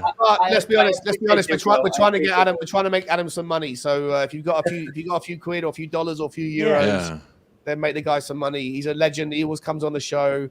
Never asks for anything. Don't worry, I make money with people watching it on Tubi as well, because it's the ad revenue. There's ads on Tubi, so I make money either way. So just watch the film. Follow the Dead. It's a dark comedy. It's a great movie. It's a really, really great movie, and Adam's got more in store for the future. Adam, excited to see what you work on next. I'm a huge movie guy. Shooting the sequel in September, lads. Shooting the sequel in September. So hell yeah, looking forward to it. Jacob, what's happening on United Spurs of America, my man? Yeah, so Monday I will have a little live stream a little bit later on, probably a little solo thing, maybe have someone, I don't know. It's all up in the air, but what I do know is at least 5-6 days a week on United Spurs of America, there's something that will be out, whether it's 30 minutes or an hour and a half or 2 hours. So yeah, something later on today, if you're still up hanging about after dinner and you need a little stream to occupy yourself with, I'll have something this afternoon for me. So it'll be probably a little bit later for y'all in the UK. Okay, mate, get over to where is he? Get over to just hit the link, guys. It doesn't take you away from the stream, and get over. I want to get everyone up to wherever the next metric is. Shout out to the 16 people who did go over there and subscribe. Shout them out. That's awesome, mate. 16. We could have there's still 570 of you watching, so I'm sure that there's another 100 people probably that haven't subscribed. Get over there, just hit the link, guys. It costs nothing. If you like Jacob, if you like me, then you should like Jacob. He's a great guy. Same with Adam, same with Perch, same with Sava. We're all like, community bros. We're all trying to help each other out. Same with everybody in the community. If you see a Tottenham channel that you haven't subscribed to, just subscribe, man. Even if you don't like their stuff, it gives them the confidence to keep going and improving and stuff. Like it's free to do, and it shouldn't even be an issue. Perch, what's going on with you, my man? Perch channel is on the thing, Perchy TV. Appreciate you coming on, Perchy. No, thanks for letting me on. It's always a pleasure to come and join you. I love you. Great channel as always, and everyone else here, same with Jacobs and stuff. And yeah, what's going on at the moment? Daily streams, daily midday streams flying off as always. And yeah, just your sort of videos sort of flying out, trying to get a bit more up, just pushing to 2K now. That's the main goal. I set the target to everyone. I said if I get to 2K before the start of the season, I will be doing a giveaway. So before the start of the season, if I get to 2K, about 600 off. So it's a bit of a push, but that's the aim. That's the main aim at the moment. 100%, mate. Well, listen, get over to Perchy TV. He's a wonderful guy. He's consistent with his shows as well. I love it. Every day he's out there at 12 o'clock. He knows what he's doing. He's a brilliant commentator. He's got his opinions. Loving the pieces. I always wind him up and I give him a little bit of the El Beggio stuff, but it's all in good jest. You know that, Perch. Of course, he's an absolute legend of the community, as is this man, my main man, the mod of all mods. This guy mods everybody. He's captain moderator, admiral modding, and I'd absolutely Captain love him. Cough. I can't help. I can't help but absolutely support him. And if you haven't already, get over to the coffee company. Ben, you should have been plugging your own channel the whole way through, mate. That comes with the right of being the chief mod on everyone's channel. Get over to the coffee company. I think he goes live. Is it 2:00 every day, Ben? 2 or 3 o'clock weekdays. The coffee company, 2:00 every day. 2:00 every day. Coffee company. And he just sits there with his mates and he just talks. It's the best thing. It's the best non-top football stream ever because football is banned and you just sit there and just talk about biscuits and coffee and stuff. It's all good. It's all good fun. 2:00 every single day. Go over to Ben Kaufman, show him some love, but also don't show any hate in the comments. Otherwise, you'll fall foul of his the scariest index finger in all of the Tottenham community. The biggest bullying of a finger that he's got. Yeah. Love you, Ben. Thank you so much for your support, mate. Guys, we're going to leave it there. 550 still in the house. Like, subscribe, and comment. And we're going to say good night and or good afternoon, wherever you are. We'll see you tomorrow. And as always, guys. Come on, you Spurs.